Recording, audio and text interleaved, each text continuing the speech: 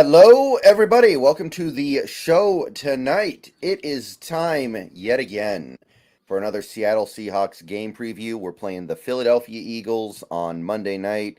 There's some stuff to talk about. This is a big moment. This is a big moment for the Seattle Seahawks. This may be, it's either going to be our Waterloo or it's going to be I don't know. What's a battle that turned the tide of a war? What's a good one? Actually, what's the Civil War ones? Not Gettysburg. That was a middle. That was a middle of the road one. Was the Antietam? Antietam? Antietam? Isn't that? Yeah. Yeah, I think so. It could be that. Could be the Waterloo. I don't know. It's going to be one of those two. Maybe 300. Oh boy.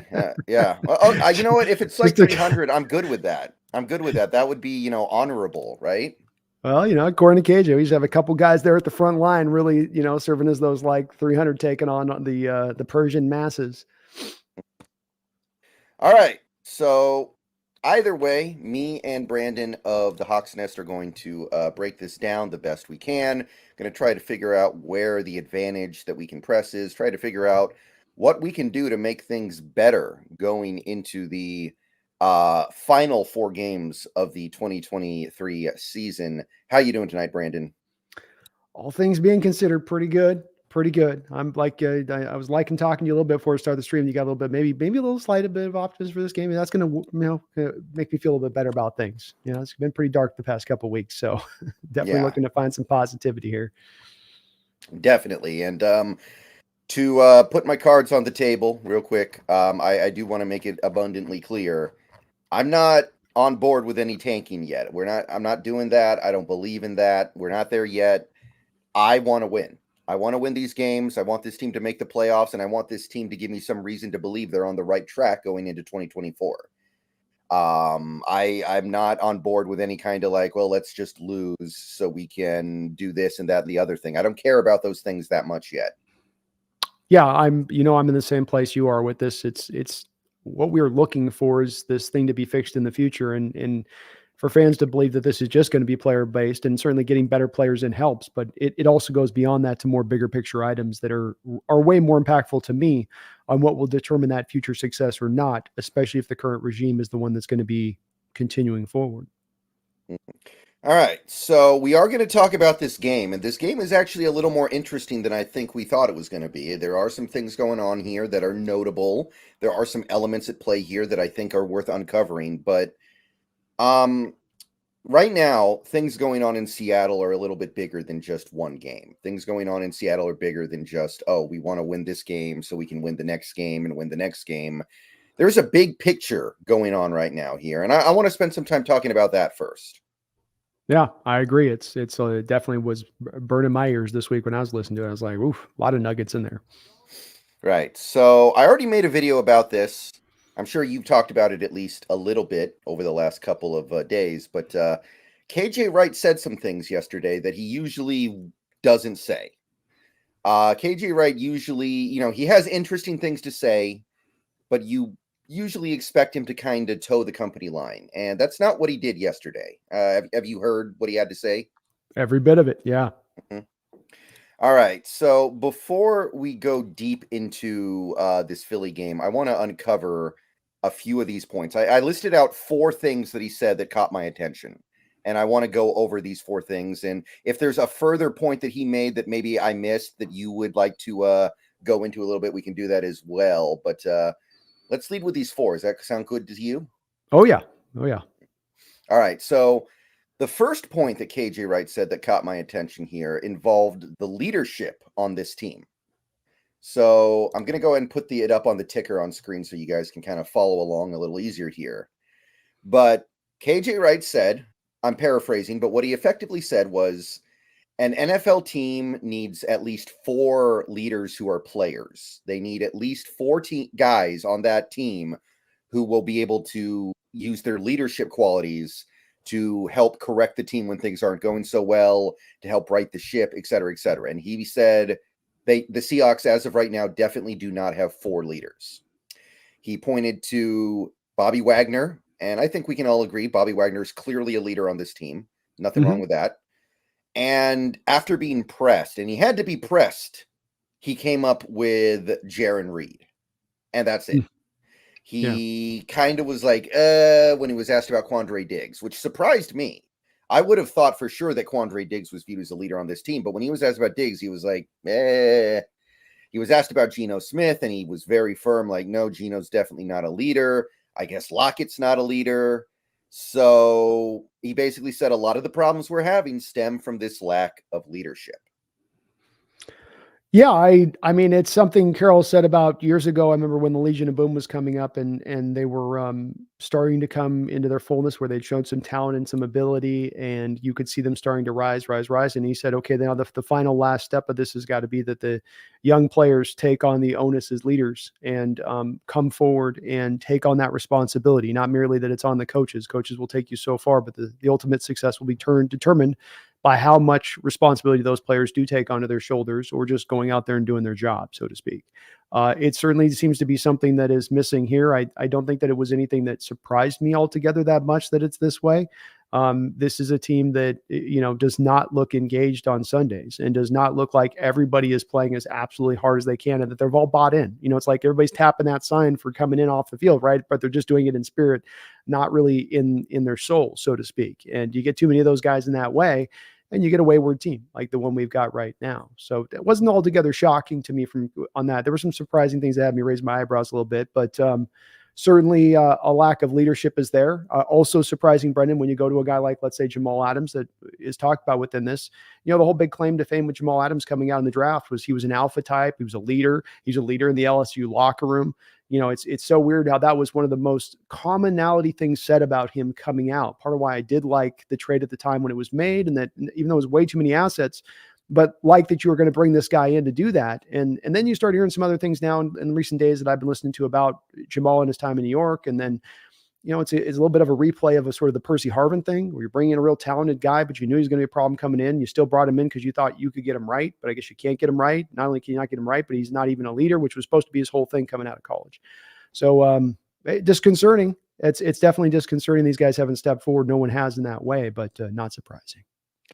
Right. One other thing is that the leaders that he did listed, or even the potential leaders, are all on defense. He didn't list anybody on the offense that was a leader. And that's, on some level, it makes sense because we have a lot of young players on offense, and you wouldn't expect the young players to be leaders. Mm-hmm. But what I'm really trying to get at here is, how do you fix this? Like, you can't force a guy who's not a leader to become a leader. That's not how it works.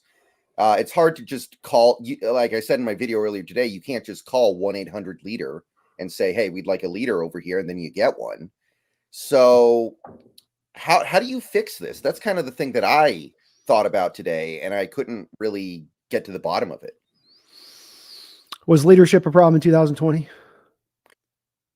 Well, who were the leaders on that team? The 2020 team? Bobby Russ, KJ. Yeah. I mean, do you think Russ is a leader in the way that KJ Wright's talking about, though? No. But my point on this would be to go 19, 18, 17. The leadership problem's not been just a 1 year off issue, would be my point to that. That this has not been just something that just came down the track this year, and this particular team is missing leaders, but every other team in recent memory has had leaders. So much like a lot of the issues that are plaguing this team right now, Brendan, and we can go through the litany of those issues, there are issues that have lasted for years. And so when you talk about how to fix them, I continually will come back around again and again on these issues to saying, if the team doesn't really itemize that there's a problem there, how do they fix it?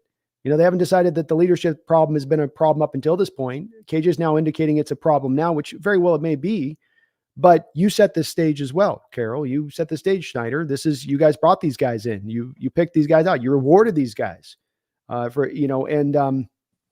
that's the part to me where I go, I don't know how that gets fixed in the future by you just determining, let's go get leaders. Is some of the lack of leadership, some of the lack of buy-in in the locker room, Brendan? Could that be some of that too? Is that they look at this thing and they say, that's my wonder a little bit about in some of the things that KJ said in general, in his overall tone of it was, is there any chance here that this lack of buy-in is coming because these players know they're getting out-coached every week? If you were getting out-coached every week, how much would your buy-in be at? Yeah, you're a professional and you should do it, and there should be no excuses, but human nature is human nature. And you're not going to lie to players, Brendan. It's not like the players are sitting there after every game going, did we get out coached this week or not? Did we put in with as many advantages and built in advantages that team on the other side? They will know clearly the case. And if every week clearly that is the case, and that goes in some players' cases on years on end and being here, it's probably going to rob you a little bit of some of that hope, and then with it some of that effort, and with it some of that energy, and with it some of that commitment. Doesn't make it right, doesn't make it okay. I'm not excusing it, but I think it is a little bit of a human nature thing that you run into that I wonder about in this part of this process. Well, the things that KJ Wright said in this interview, because I know KJ Wright's a guy who will blame players and coordinators and let Pete off the hook typically, right? That's kind of his thing, which makes sense. He spent his whole career playing under Pete Carroll. I totally understand that he has a bias there that probably leads him to believe things that aren't necessarily based on reality. But the things that he says in this radio interview are criticizing Carroll, whether KJ Wright knows that they are or not, I think is kind of the interesting thing here. So, Yeah. and that's kind of what you're saying. He's like saying, well, the locker room needs leaders. And what you're saying is true, that that's an indictment on Carroll. Like everything on this team is an indictment on Carroll, no matter what it is, everything. Yeah, I feel like Carroll just sometimes when he talks about these players, like he just sort of fell into these players and inherited this roster. And he hasn't had a lot of oversight on the guys they brought in for them to end up in this state of things. And that's my problem with this on the just throwing it on the players' plate and saying they're the full problem here. It's them 100%. It's 0% coaches, 100%, or it's 80% players and 20% coaching. I really don't, I think it's really more likely to be kind of flipped more than it's that, in my opinion, or at least closer to 50-50 in my opinion on this as well. And yeah, it certainly is. I think KJ was doing what he could to still keep Carroll protected, but the truth is the truth on that. And I break it down to the bottom line of it. This isn't a great look to Coach Carroll, especially coming in conjunction with Carroll's interview with Salk the prior day, where he's asked about players buying in and he's like, you'll have to ask them. Next question. Oh, okay. Yeah. Right. One last point on the leadership thing I want to ask you, because when KJ Wright was asked, is Gino Smith a leader? His reaction was like, oh, not even close. We both like Gino. I like Gino, you like Gino. We defend Gino more than the average Seahawks fan, I think. Mm-hmm. But do you think it's a big problem if your quarterback is not considered a leader? Yeah, I'm glad you put it that way. I've really been a backer of Gino and had his back on this stuff. But the one place that I will not accept, and I didn't accept it with Russ at times either, so I'm going to be consistent on this. I don't accept it with Gino either. You should be a leader by this point. Your second year into this job, you should have taken those reins. And I kind of thought he was last year. I haven't seen a lot of evidence of that this year. There were some moments last year you could see him engaging on the sideline and keeping things, now it's a lot more of him on the sideline alone, just sort of sitting there looking when they've cut to him. He could be talking or doing that, but the fact that Gino, that KG didn't even have to think about it, that was a quick response he gave to that question. And he's like, no. And that's like, well, yeah, your quarterback has to be the leader. So that this is a problem at this point. That's an issue that you're rolling with a guy as a quarterback who's not a leader on the team. That does not work, in my opinion. You've got to have that guy as a leader. It's part of the role of the position. It's very hard for it to work. I think that, like, just as an example, Cam Newton was not a leader, but there were other leaders on that team that allowed him to not be a leader, and it was okay. But it doesn't happen that often when you think about it with a really good quarterback. You have to be an MVP. Right. Basically, yeah. So you have to be an MVP if you're not going to be the leader at that point. But yeah, that's a small little hole to try to get through. Right. And I think the whole leadership thing is a big reason why John Schneider loves Quinn Ewers so much, because one of the top things that people say about Quinn Ewers in the positive is he's a tremendous leader. I think that a big part of that is, I think a big part of the reason why John likes him so much is that. And hearing something like that, it does make me wonder, like, okay, maybe I need to start looking at this quarterback thing just a little bit differently, because maybe it is a bigger deal than I've given it credit for before. Yeah, I think it is an important part. This is the issue I've had at times, Brendan. We've talked about the diva quarterback age that we've kind of just gone through, and we may still, I think we're kind of getting through the end of it for the most part. Some of these other guys start to retire that have been sort of the trendsetters in this modern era of how the quarterback position is viewed. But that's why I tend to tell you that I would lean away completely from the divas. Give me the nerd. Give me the guy that's all about ball. Give me the guy that's just going to put in the work and do what he can to control the factors he can control, who's not worried about his brand or his superstardom, who's going to be milquetoast and boring as hell. He ain't going to give you any sound bites, but he's going to go out there and he's going to be all about ball in every way, shape, and form. And that's what you got to put that into the quarterbacking position and take a look at it. And that's why we talked about, for instance, Justin Fields a couple of years ago. And one of the reasons I was so far out on Justin Fields and still a little etchy on him is that he had that reputation in college of being the last guy in the building, the first guy out. That's something that's, as I did at that time to me, Brendan, we talked about it. So that's dissuading me, man. If that's coming out in college, you can't put that work in before you've made your money. What happens when now you're a multimillionaire? People don't become harder workers after they make their money. And there are questions about that. I know he's had a little bit better role this year than he's had in last year there, but there still are questions, I think, about his development. Chicago does look like they're going to move off of him. Maybe because of those reasons being part of it. Right. Okay, so that was the leadership issue that I wanted to make sure we spent a little bit of time on. I think KJ Wright's other 3 points are maybe even a little more interesting than that, but I did want to cover that because that's one of those things that I feel like is easy to forget about when you're looking at a team. It's easy to look at the roster and just go talent, talent, talent, no talent, talent, no talent. You don't really think about the leadership elements that much. And it's the hardest thing for us to measure, right? From the outside looking in, because it's one of those things that you would feel in the day-to-day in a locker room. You'd feel in their guys' presence and what they're doing with the young guys around them, how they're helping. It's the thing that we have to guess about or only get in small snippets of sound bites about a particular player to kind of pull from. And that's hard to make that determination at times. But you're absolutely right. And it stood out to me at the time when Coach Carroll talked about it 10 years about that Legion of Boom team. Like he'd had a conversation with Cam that he was sort of referencing at that time of, I went to Cam Chancellor and I said, okay, now we've taken you guys to where we need to take you. You know, you guys have the knowledge, you have the understanding. Now it's on you to take it the next step from a leadership and an ownership standpoint and truly taking it on ownership. Not it's your job, but you own it, right? I don't work in the shop. I own the shop.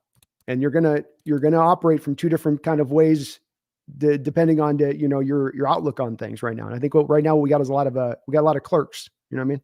Got a lot of people in the shop that they're cha-ching, cha-ching, and then that's all they're worried about is getting in and getting out, so to speak. Right. Also not mentioned by KJ Wright as a leader, Nick Bellore. And that's the only thing that Nick Bellore could possibly be doing to earn his keep around here. So if there was any doubt that he shouldn't be here next year, I think that should be pretty dispelled with that, because I would have believed if somebody told me that, Nick Bellore is a really good leader in the locker room, that's where he earns his money, I would have believed it. But I guess that's not true. I guess not. It didn't come to his mind on it, but I think he did say Bellore kind of. But he didn't do it like it was only after he was kind of pressed by it or something. Like they brought up Bellore and then he's like, oh well, man, Bellore.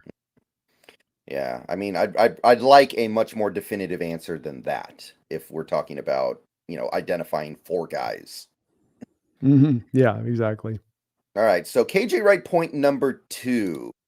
So KJ Wright basically said that Pete Carroll has lost the locker room. The players are not listening to him, and they're not buying into him. They're not buying into his philosophy. They're not buying into his scheme, and they basically don't really care what he has to say anymore. And what KJ Wright is inferring that from is the thing that you talked about, where Carroll was asked about players buying in, and he was like, well, ask them. So what KJ Wright took from that is that, number one, the players aren't listening to him. And number two, Pete Carroll's sick of it. So basically what he was intimating there is that it's kind of a point of no return. I don't think you get the locker room back after you lose it. But that's quite a bold statement to make, wouldn't you say? Well, I think what you just said at the end of that before your question is the most important part of this. If we want to get to we can get to the complicated part of this aspect of it, but let's get to the simple part first. In your history of watching of a football fan and seeing many different organizations and teams that have gone through their coaching processes, and we have seen so many times in our past, and you just take 20 years of recent history, Brendan, so many coaches that have lost their locker room. Now, I'm not talking about Seattle here. I'm talking about across the NFL. My question to you and back to you before I answer your question on that, because this is the one that I think is the most important question. In that 20 years of seeing those variety of different coaches in those different spots, legends who you think would have come in and had the goodwill earned but don't have the goodwill earned, or new coaches that just could never get their message to reside. Have you ever seen a situation where a head coach has lost the locker room and then able to get it back later on? You wouldn't think so. Just logically speaking, that doesn't sound like something that happens. It's like a president, right? When the president loses the trust of the nation, he usually doesn't get it back. You can look at like, historical approval ratings for presidents. Once they go down, they don't really like come back up. The one exception is actually Harry Truman. He was the one guy who actually lost the country and got it back. But for the most part, you lose it once and then it's just done. And I think it's kind of the same thing here.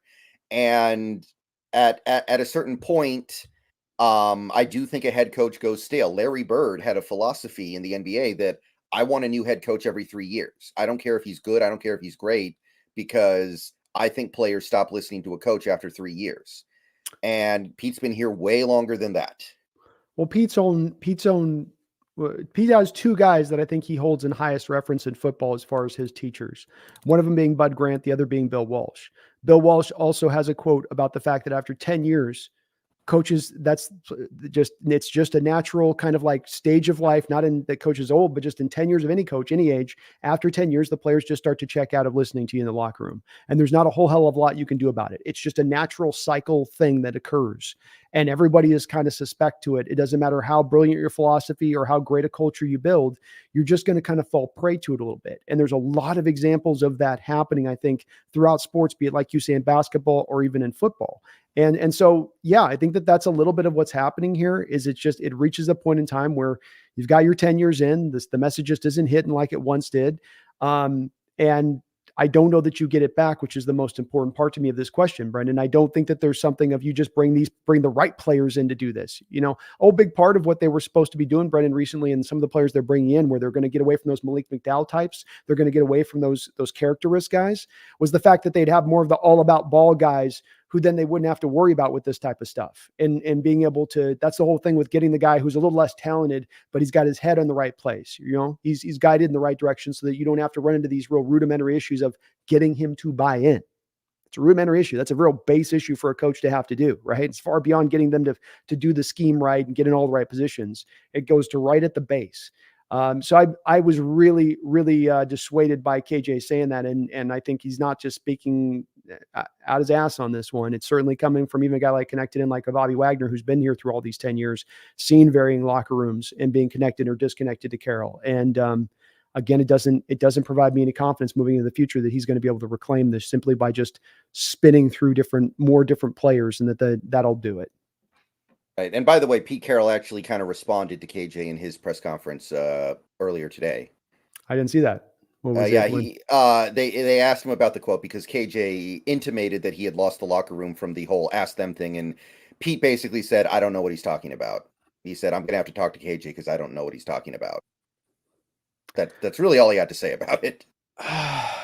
Yeah. I mean, this is that game Carroll plays where, I'm not going to, I'm going to play this dancing game. He had the response the previous day where he said, you'll have to ask the players in the locker room. Next question. The way he put that is totally a way of, there's an issue, there's a problem here. We're not just, it again comes back to like looking at the sky, go, man, the sky's blue. And it's like, no, it isn't. It's pink up there with purplish hues of tones and everything else. It's, own it for what it is. But here's the thing. What do we expect Coach Carroll to do? Yeah, I've lost the locker room. KJ's right. Yeah, what he's being told is correct. They're not listening to me. I'm telling him everything I can. Is that going to have Carroll keeping his job this offseason? No. So a lot of what he's probably doing here too is a little bit of like PRing back up to ownership, to try to, keep his job and to not have that himself be put up into the crosshairs this offseason. Right. So yeah, that was a pretty damning statement. And again, I don't think KJ Wright thinks he's blaming Carroll when he says this. I think what he's trying to say is, well, the players are not listening to him. It's the players' fault. They've tuned him out because they're bad. And that's why things are going well. Pete Carroll's doing all the right stuff and the players are just not listening to him. But I don't think it comes out the way KJ Wright means for it to come out. Like, it's one of those things where you kind of call Pete Carroll out and you think you're not, if that makes sense. There's only so much, and KJ's done it, I think, through a lot of this year. There's only so much you can do dancing around this coaching issue that's there when it's become so obvious to a given point in time. And KJ's waited a long period of time to go kind of this hard in on it. And I think he's waited as long as he possibly could, understanding what he knows what's going on in the background. And he's just he finally he's in the place he is. He has to be honest about this in this new profession he's in, or you don't last for too long. If people figure out that you're just blowing smoke at him, then that's a quick way to watch yourself not be able to get too far with this, because that's not what people are going to appreciate about this. And Cage is being honest with it. Props to him for that. But there's no way that Carroll can dance away from this or try to PR his way or politician his way out of this by putting or scapegoat somebody else on this. It lands directly on one square shoulders here, and that's Mr. Carroll.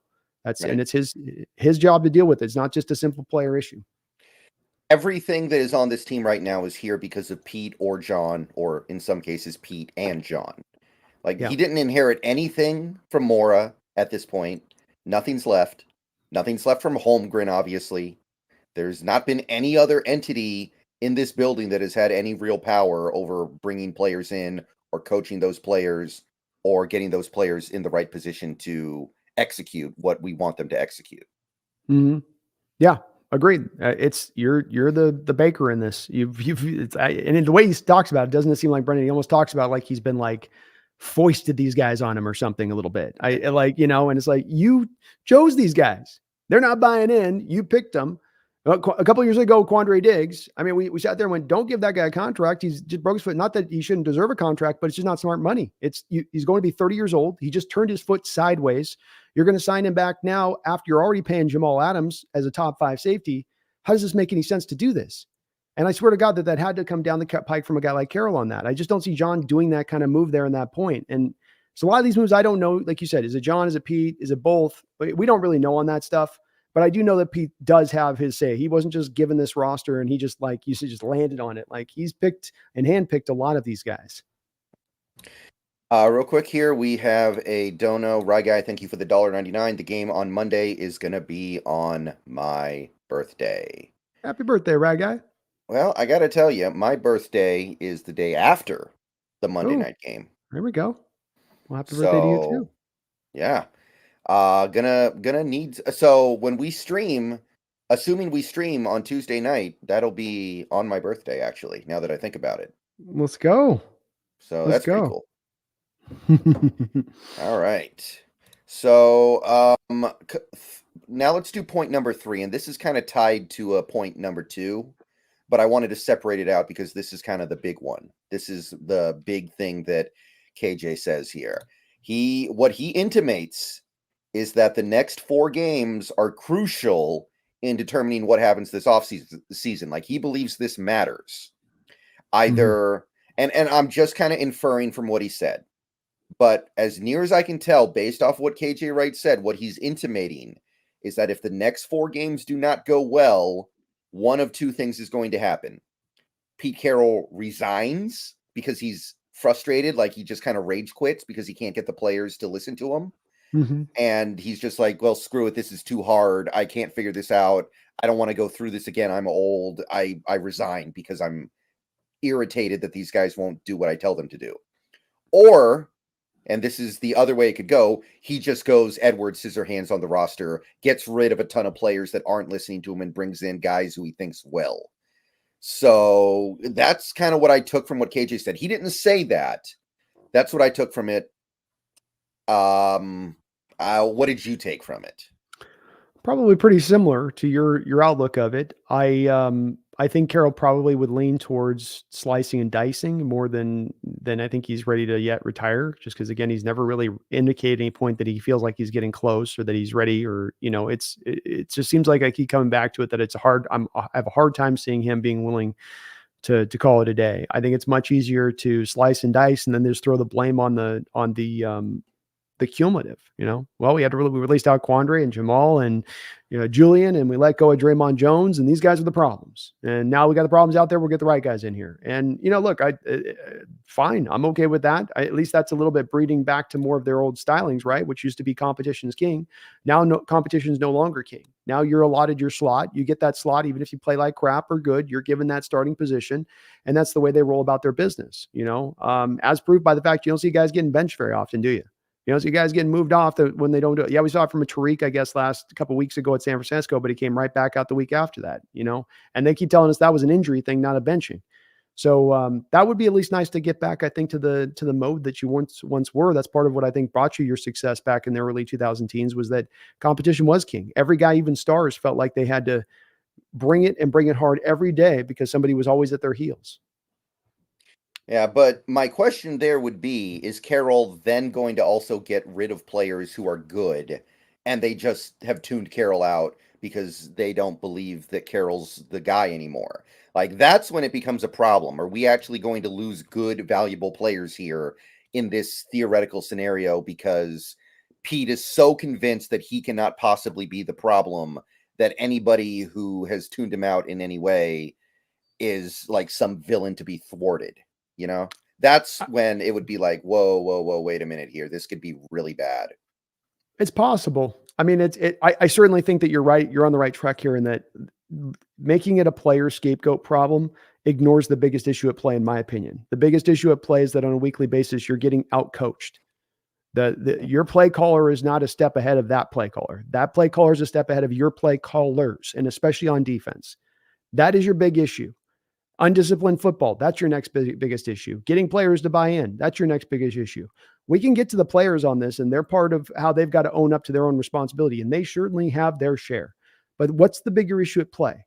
You've got to, do you go for the burning building or the burning outhouse? Like, you've got to go to what is the most important problem, because if you deal with the most important problem, you'll get the best returns on it moving into the future. If you deal with the least important problem, you'll get minimized returns on that moving into the future. And you're right about potentially having these guys move on and be better players in other places, especially being put in circumstances to succeed, and not being put in positions where it just feels to me like, Brennan, over and over again, we try to ram guys into our system of what we want you to do, rather than trying to maximize out what that guy does best. That's how you end up with a Jamal Adams in cover 2 with a free running Deebo Samuel coming back there. Why is Jamal Adams back in cover 2? Yeah. Why is he 25 yards off the line of scrimmage? Why have I seen him like that many different times over his years and the few times he's on the field with your Seahawks? Why is he blitzing underneath the blitz rate that he had with the New York Jets, which has caused you to go out there and trade for him in the first place? That has nothing to do with buy-in. That has nothing to do with commitment. But that's the thing that continually gets ignored by this coaching staff and team over and over again, and drives me up a wall, because I don't think they're going to try to really move to fix that absent seeing a retirement. And I don't get why. I don't know what more they need to see. They have a million bat signals throughout the city of Seattle, all flashing the sign up that here's your issue, get this fixed. But it's always like, no, it's that over here. No, it's this over here. We'll see. We'll see. Yeah. But if the next 4 games don't go really well, and I don't know what well entails, like, it might be winning all 4 games. It might be winning out. It might be winning 3 of 4. It might just be looking better. I don't know what good is. But if the next 4 games don't go good, would you agree that one of those 2 things has to happen for sure? Yeah. I mean, one of them definitely has to happen. I mean, even if you don't have a super talented team, you've got to have people buy in. That's just absolutely that's got to be corrected too. I mean, there's no, but you can also say both things need to happen, Brendan, right? You could say both. Like, you need to move off the dead weight and you need to move off the other. It's not an either or answer. It's a both. But yeah, one of the 2 need to happen at that point. Going either way on it. Yeah, there are definitely some guys on this team that I will not miss if they go this offseason, because they're not playing that well, or I don't think they have too much left. Like I won't be sad if Jamal goes. I just don't think that's going to work at this point. I won't be sad if Diggs goes. I don't think he has much left. But there are definitely some guys on this team who, if they get caught up in Pete Carroll going Edward Scissorhands on this roster, I'm not going to be happy about. I'm going to be like, no, that's a good player that we're getting rid of for the glorification of Pete Carroll's ego. And I'm not going to like it. I have more guys that are in that realm for me than that are not. There's a very small little list of guys that I would say that are like, that would make me mad. DK Metcalf would make me mad if you had him in Edward Scissorhands. But from Jordan Brooks to Draymond Jones to Quandre to Jamal, I mean, you can go down the line on that. I'm perfectly fine with it at that point. So I wouldn't have an issue myself if they wanted to go that hog wild with it. I don't have a lot of guys that I'd say stay away from. This is not part of the problem here. This is a part of the solution. I don't know how, I mean, I can't, who would be a guy you would think that would be part of that Scissorhands that would be Somebody that would Well, get you into that. Metcalf would be the big one, right? And Right. honestly, I don't think it would be. I think mostly Carroll's like hung up on the fact that my defense is bad. Hmm. Like my defense is bad. I don't know why. It can't possibly be me. It has to be these players. Yeah. I mean, I don't I don't think he would move off of anybody who's on a rookie contract, I guess, but what if, I mean, is it possible that he gives up on Woolen because the dude can't tackle? I guess that's it, right?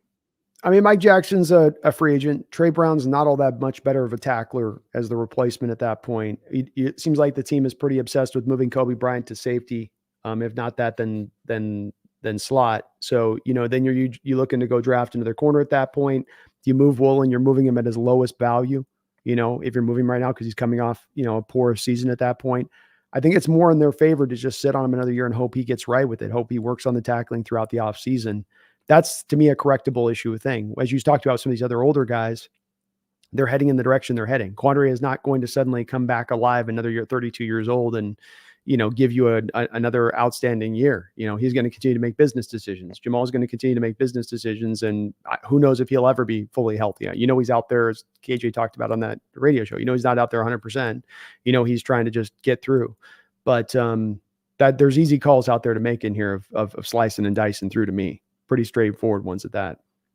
Yeah. I've had some people suggest that it's going to be kind of hard for Carroll to go slice and dice because some of these guys are guys that he restructured last offseason. So he's going to have to go to, somebody like, and again, I think this assumes that Jody Allen cares more than she actually does. I don't think she cares that much, but you would have to go to Jody and say, hey, I know we just restructured this guy, but now we need to cut him and eat even more dead cap than we were going to have to anyway. So who's the guy that's on, though? Isn't that on Pete and John? No, which players are we talking about that being, though, that we're talking? Adams and Diggs were both restructured last offseason. So let's look at it. Jamal Adams, you save $10 million a season by making him a post June 1st deal, right? Or you have $10 million of dead money. That's $16 million, I believe, you saved then on the Jamal Adams deal. Yeah. You cut off of Diggs, I think it's another $10 million. So there's $26 million right there. You have Brian DeMonet's contract, which is an additional, 6? So we're $33 million right there. That's a lot of money right there to spend, and that's then we've got $6 million that we're sitting on already. In addition to that, that puts us up near 40 million, Brendan.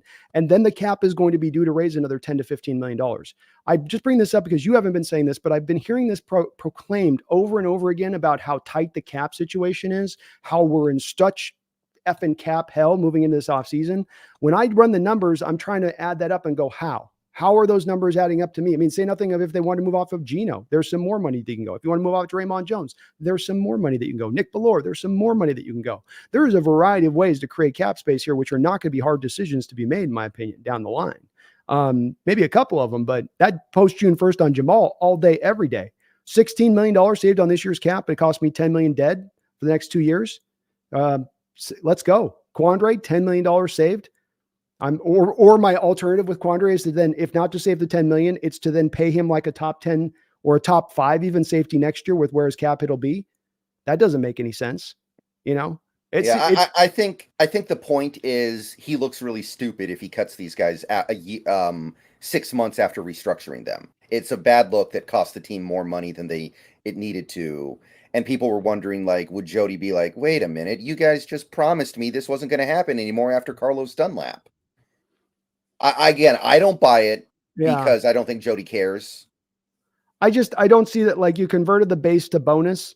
You were going to pay the base anyway on these deals. That's the restructuring. It wasn't restructuring to where you added a year on the deal and then you threw 15 million on the back end. You converted their base to bonus. It was money you were already going to be giving those guys on the contract this year as it was. So it's really marginal, the amount it increased or took you in a way. Could you have been more able to save out those deals this year if you had eaten the money prior to it? A little bit, but it's not substantial versus the money you can clear off the books, which can allow you to do whatever you want to make this off season, right? If you got $45-50 million to spend at that point, you can put a roster together in whichever way you kind of want to put it together, and that's what they would be sitting on. And you're right. It does make Jody a little mad probably for the dead money. That's probably not going to make her, super happy, but dead money also counts up on the cap too, right? So it's not like you're reusing that dead money. That's off the cap and gone. She doesn't have to double spend on that. It's toast. All right. So that was, I think, the most impactful thing that KJ said. Basically saying, unless the team has a come to Jesus moment to end the season, this is something's going to change. Either Carroll goes or a lot of these players go. And in fairness, I think a lot of these players need to go anyway. Like we could still have a good end of the season and make the playoffs and even win a playoff game. I don't think Adams is going to be here next year. I No. don't think that I doubt Diggs is here next year. I don't know about a guy like a Draymond Jones. I think that could go one way or the other. But that's still quite a thing to say. Basically saying that Carroll might rage quit. Like the fact that he even put that on the table is like, wow. Yeah, I could see it. I mean, it does. I mean, I would be surprised to see it. I would really, if Carroll would really go down that road. And I think KJ is making a bit of a guess with that. But, at the end of the day, this has been a couple of years of this going on with Carroll having a hard time getting his messaging across to a variety of different players. And logically speaking, if I was in that position, I might eventually quickly get to the place where I go, you know what, maybe I can't get my message across anymore. Right. Maybe I'm just not being heard on that. And that it's kind of smacking him in the face at this point. Yeah. And most of the time when the Seahawks go into the offseason, they can at least talk themselves into we're really close to being a Super Bowl contender. Maybe it's based on false pretenses. But most of the time when the Seahawks go into the offseason, they're like, okay, we're on the right track. We're on the right track. We're moving the right way. This offseason, it's going to be tough if you end this year on a 1-7 or 0-8 or even a 2-6 run. Mhm. So, I mean, you think about the Leonard Williams trade. Why would that trade be made if not for Carroll trying to fast track a Super Bowl contender? Mhm. Maybe he just looks at it and he's like, we're not that close. I don't want to go through this for another few years to maybe get to the point where we're a Super Bowl contender. That's a lot of work and it's no guarantee that it works. Maybe that gets him to just be like, you know what? I just rather would be done with it now. It's not impossible. Yeah, I could see him getting the point. I do. It's kind of would make a lot of sense to me that he would. I mean, it's again been, this isn't a couple of years issue. This has been going on for years here, and it's eroding. It's going in a certain direction, which is not in the direction that you're trending upwards in your coaching, in your scheme, in your approach. It's going down, and it's maybe not been going like the bottom dropped out, but it's been like a slow, like those line graphs that just slowly kind of just lose bit by bit by bit, more and more and more. And I think that that's where we find ourselves at this point with it. And I was in Carroll's shoes, I would certainly be at a spot of like, okay, I've kind of probably come to the end of the road here. I've done this multiple times over, multiple players through, multiple generations of different defenses have come through here. We've done multiple go for it moves that haven't paid off because I've determined that we're in that mode to do it now. I think it's at that spot. Doesn't mean he's going to take the cheese on that one, but it should. Doesn't mean he shouldn't. Real quick here, we got another dono. Coda Dad, thank you for the $10 Canadian. Carroll's system is to keep it simple and rely on his players to beat their man, which worked in 2013, but they don't have players now, and he can't scheme for today's NFL. It's lazy coaching. Well said. Yeah, and I think a big part of Carroll's approach is to just let the players do stuff. Yeah. And one of the implications that KJ did make in his interview was that Carroll's about to go into boot camp mode because the players aren't taking care of it themselves. Like usually in years past, he would have depended on the leaders on the team to shut that stuff down. But Mhm. now it's not happening. So what KJ was implying was, well, Carroll's about to go into boot camp mode to get these players on the right track, which I mean, I don't know if you can just turn it on and off like that. I don't know if you have a button inside you that says boot camp mode and player friendly mode, but that's kind of what KJ was trying to get to, I think. Yeah, well, and KJ in the same interview said he didn't know if Coach Carroll really he didn't mention boot camp mode, but if he was really that kind of get up in your face kind of guy, which is part of what you got to do. If you're going to be boot camp mode, you got to be like a drill sergeant. That's kind of what goes hand in hand with that. And that's not really Carroll's way he goes about in his manner of things. And you're right, Dad. When he came in here, it was simple at the time. It was viewed throughout the league as a very simple defense that wasn't likely to work. They put a lot of special talent together, and it was a unique system that had its heyday. All unique systems like that are going to have their heyday, and then you got to adjust and you got to modernize. Instead, we've kept the same thing. And you're right, it comes back to just telling the players, you get this done. We're not going to do anything for you guys, really. We're just going to call this real simple thing, and then you guys got to go out there and make it happen. It should be both of those things coming together like a handshake. It should be the coach's effect and the player's effect coming in, not simply the players got to come out there and shake their own hand. And that's a little bit of what we got, I think, right now is just the coaches sitting back going, we'll get it done. Well, you didn't get it done. That's on you. It's not me. I didn't call the wrong thing. It's just you didn't do it right. That's you. And the NFL is too complicated in this day and age. And that simplified mindset, again, Brendan, comes out of the 80s. And it comes out of that mentality that the athlete of the 80s was that jock type from high school that couldn't think, monosyllabic, had a vocabulary of about 500 words. You can't trust him with a lot of moving part concepts defensively or offensively. Just keep it simple. Tell him to go take that guy's head off. That's what you do. I think the modern NFL player is smarter. I think they got more aptitude. I think they got more ability to do and handle a whole lot more. And unfortunately, there's not a whole lot more within the scheme there from Carroll's players to be able to operate within that. It is simple. It's only simple. And there's no complicated nature to it. Yeah, thank you for the donation, Coda Dad. We've also got one from Dylan Sosa. Thank you for the $4.99. Not trying to defend Jamal. Yes, he needs to play better, but it's hard for me to criticize him when we don't use him properly. His area is the line of scrimmage, not downfield. Absolutely. Mm-hmm.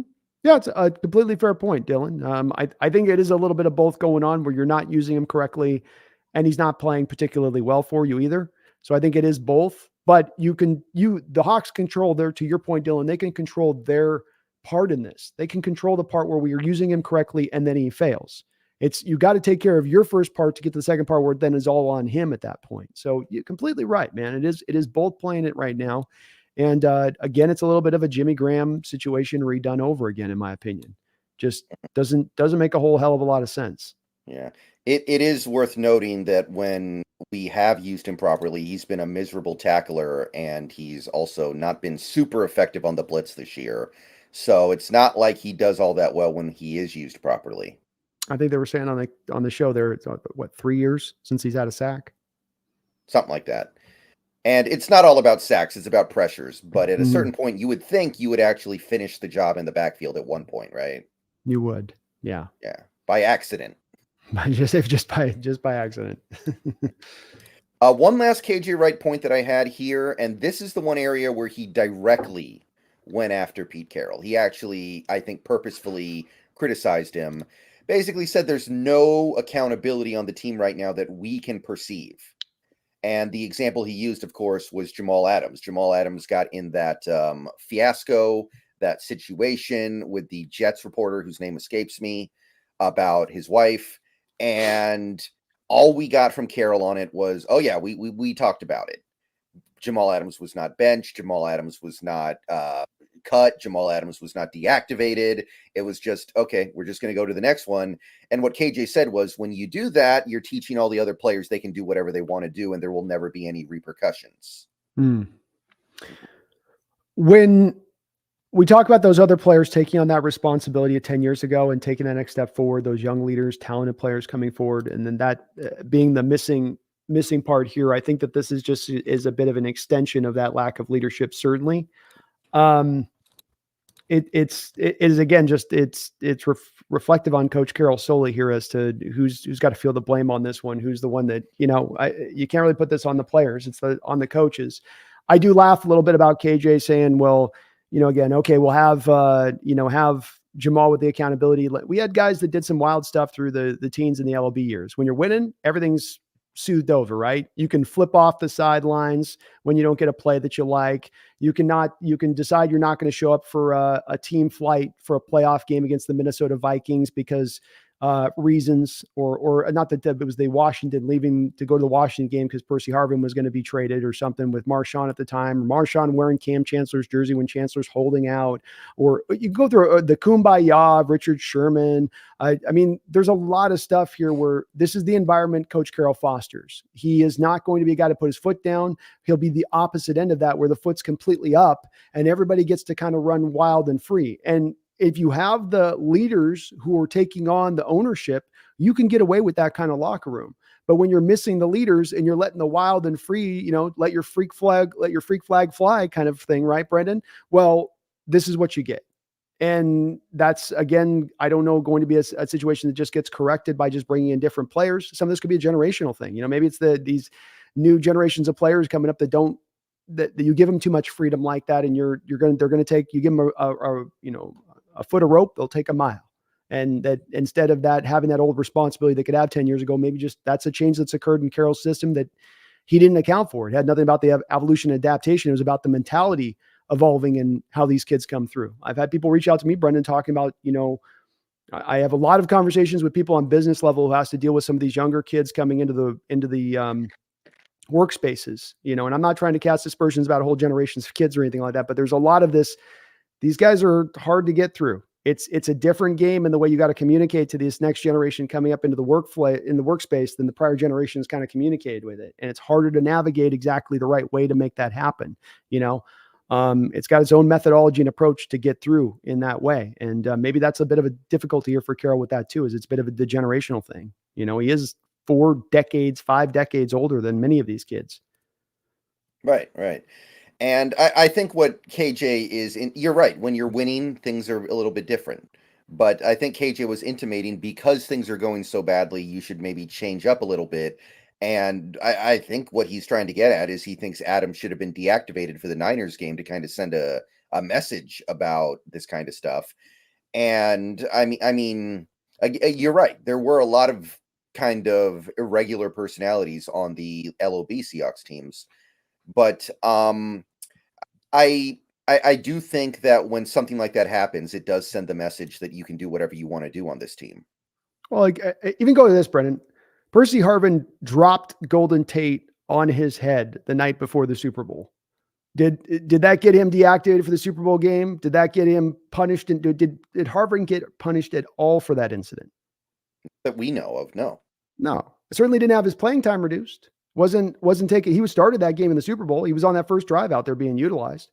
So that's what I'm saying with this, is this whole thing of the lack of responsibility stuff. To me, this is always kind of been here. And I don't think it's just a new development that's popped up. And sure, Jamal's a poster boy for it right now because he's showing you the worst inclinations of this behavior and how it can show up. Do I agree with KJ that you should be benching people and stuff? Yeah, I do. That's the whole thing I was talking about with the competition is king thing. The whole point of this rebuild was to try to, if you could, replicate what you did 10 years ago, because that's what brought you ultimate success. What brought you that ultimate success 10 years ago was what? They turned through the roster like 3,000 players in 2 years or something like that. Nobody was sacred. No job was sacred. Everybody had to earn their job. That's been obviously missing for this team for years. They've had guys every offseason. You'll be this guy here. You'll be the starter free safety here. You'll be our starter corner there. And there was nobody ever to push him behind him. They just got that spot. It was theirs to have, and they were going to ride. And we were ride or die with them. They're either going to sink or swim, so to speak. And I think they are in a better serve because Brendan, because he doesn't have that drill sergeant approach, he can't get into a guy's face like a Parcells and say, what the hell are you doing here? That everything's got to be with this sort of kind of pro player friendly, everything's kind of nice guy way. As KJ said, the only thing that you can then wield as the way to motivate, the only thing that you can do to then get the player's attention is to remove the playing time, because you don't have the other thing that a lot of coaches do have, where I can go to you and I can just, here, I'm going to hit you dead between the eyes and tell you what's going on right now. This is what's happening. Now, what are you going to do about that? KJ referenced specifically, Brendan, that's not in Carroll's style. I'd always wondered if that was in Carroll's style in the background. It wasn't on the forefront. He wasn't going to blow guys up in the press. But I'd always kind of wondered a little bit, maybe that was a part of who he was in the background, where he'll tear into some ass. You would hear players talk about, oh, he's a hard-nosed coach, really is. But KJ saying that really does lead me to believe that these things add up to the fact that's just not in his bag. That's just not who he is. And so now it has to be about removing playing time to get these players' attention. And I agree with him. I think that across the board, I see guys not willing to tackle. I see guys not willing to play hard out there. You're not on my football field. I don't care how much you're being paid.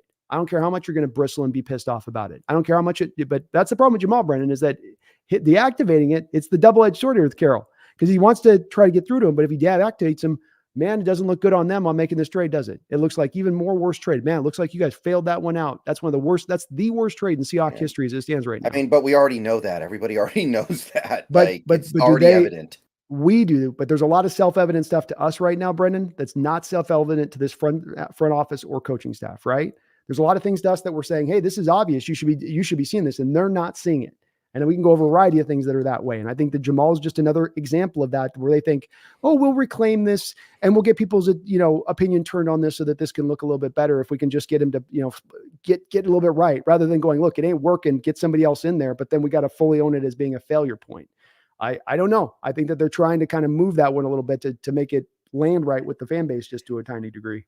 And, I'll say this, Carroll doesn't sound like he's broken, right? He doesn't sound like he's just like ready to give up. Like, I remember the last days of Wade Phillips as the Cowboys head coach back in 2010. And we saw the same things that we're seeing now with the Seahawks, just worse. Like players literally just walking, basically looking like they're doing a walkthrough during an actual game. And they would ask Wade Phillips after the game, "Are you going to bench anybody?" And then he's just like, "No, I don't think." Like he had no fight left in him, and he's like, "I don't care. I'm going to get fired in a couple weeks anyway. Just I don't want these players to hate me. I just want these players to like me. So I'm not going to do anything." Yeah. And you could tell he knew what was coming, and he had just quit. Like Pete's not doing that, but I do wonder if he has what it takes to like actually do something about it. Yeah, I agree with that take. I absolutely agree with that take. I don't think I don't think it's lack of work ethic on his part or want or will. But it does just come down to is it just landing? Is the style still landing? Is the message still landing? Right. Okay. So that was a KJ Wright point number 4. We got a couple donos here. Let me go through them real quick. Jordan, thank you for the $5. Pete's defense to me is ruining Woolen's development when he is 10 yards off the line of scrimmage. Instead of reacting, he has to think too much. Yeah, I would have early on this year committed a lot more to press-based looks. I know that he's had some issues at times getting hands to the face out of press, but I just have him work on until he fixed it because that's, to me, his best outlook in the long term is he's a guy that can press the line of scrimmage and then he can run with anybody. That should be how you use him in man-based coverage situations to me. And yeah, they're playing him off coverage. And then not only that, Jordan, to your point, they also then have him bail technique drop into cover 3 a lot of the time, or he'll do cover 3 man match. But then he's dropping so far into his bail by what he's been told to do that he's got to try to react on the in cutting or the over route.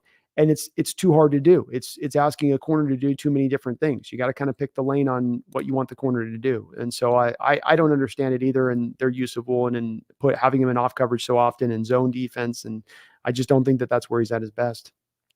Yeah, and it should be noted that despite all that, his Woolen's coverage numbers this year are still good. His issues are mostly with tackling, but his coverage numbers on PFR are rock solid for an outside cornerback. So think about how good he could be if you actually used him correctly. Like there's still immense potential here. There is. And we'll see on that shoulder if that shoulder is the thing that we end up coming to find out is a big part of this, where he gets the shoulder surgery after the year and it was been throbbing on him all season, so to speak. Right. Upo, thank you for the $5. Mike Holmgren said he would cut Jamal Adams and just eat the money. Easy for him to say because it's not his money. Yeah. I mean, that is the Mike Holmgren way, isn't it? Well, I would offer Upo, maybe this is why Mike didn't last as a general manager. So, but I think but Mike's also right in the respect of you make him a cut at the end of the season and it's a no-brainer at this point. I think that this is where we get to on some of these items where there's a lot of things with this team that aren't just a Brendan or Brandon opinion thing, or just a couple of people in the Hawk fan base opinion thing. There are a lot of these opinions that come from former players and people that follow the team and talk heads like us and general fandom that's out there that it's such an obvious decision to be made here that it shouldn't even take a second of thought. The first move to make this offseason as you move into new league year is to make Jamal Adams a post June 1st cut designation. That should be right at the head of the stack. He's you've given him his time to get right.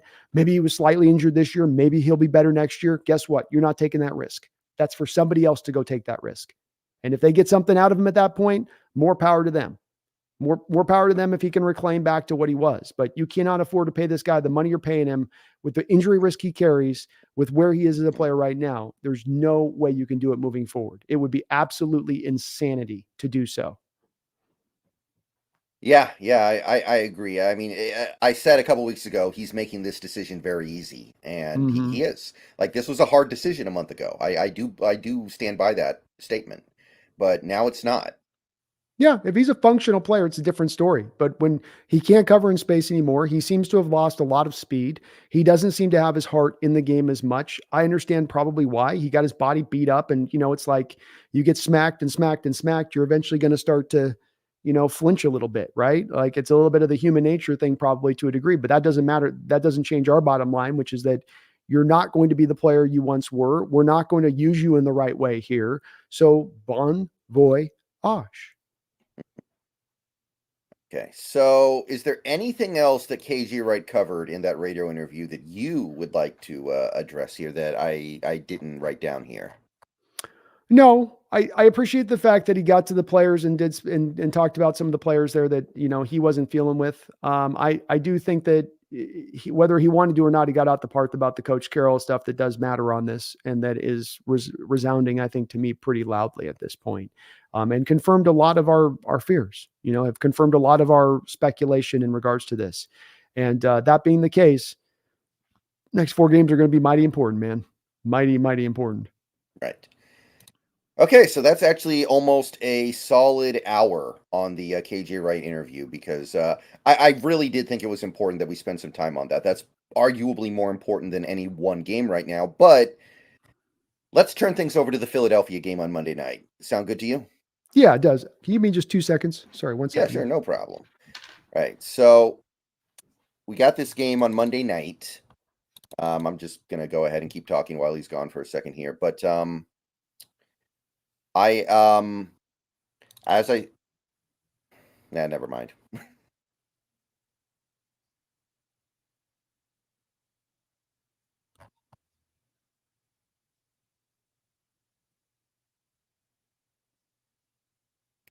We will be right back, everybody. I need some hold music for the stream.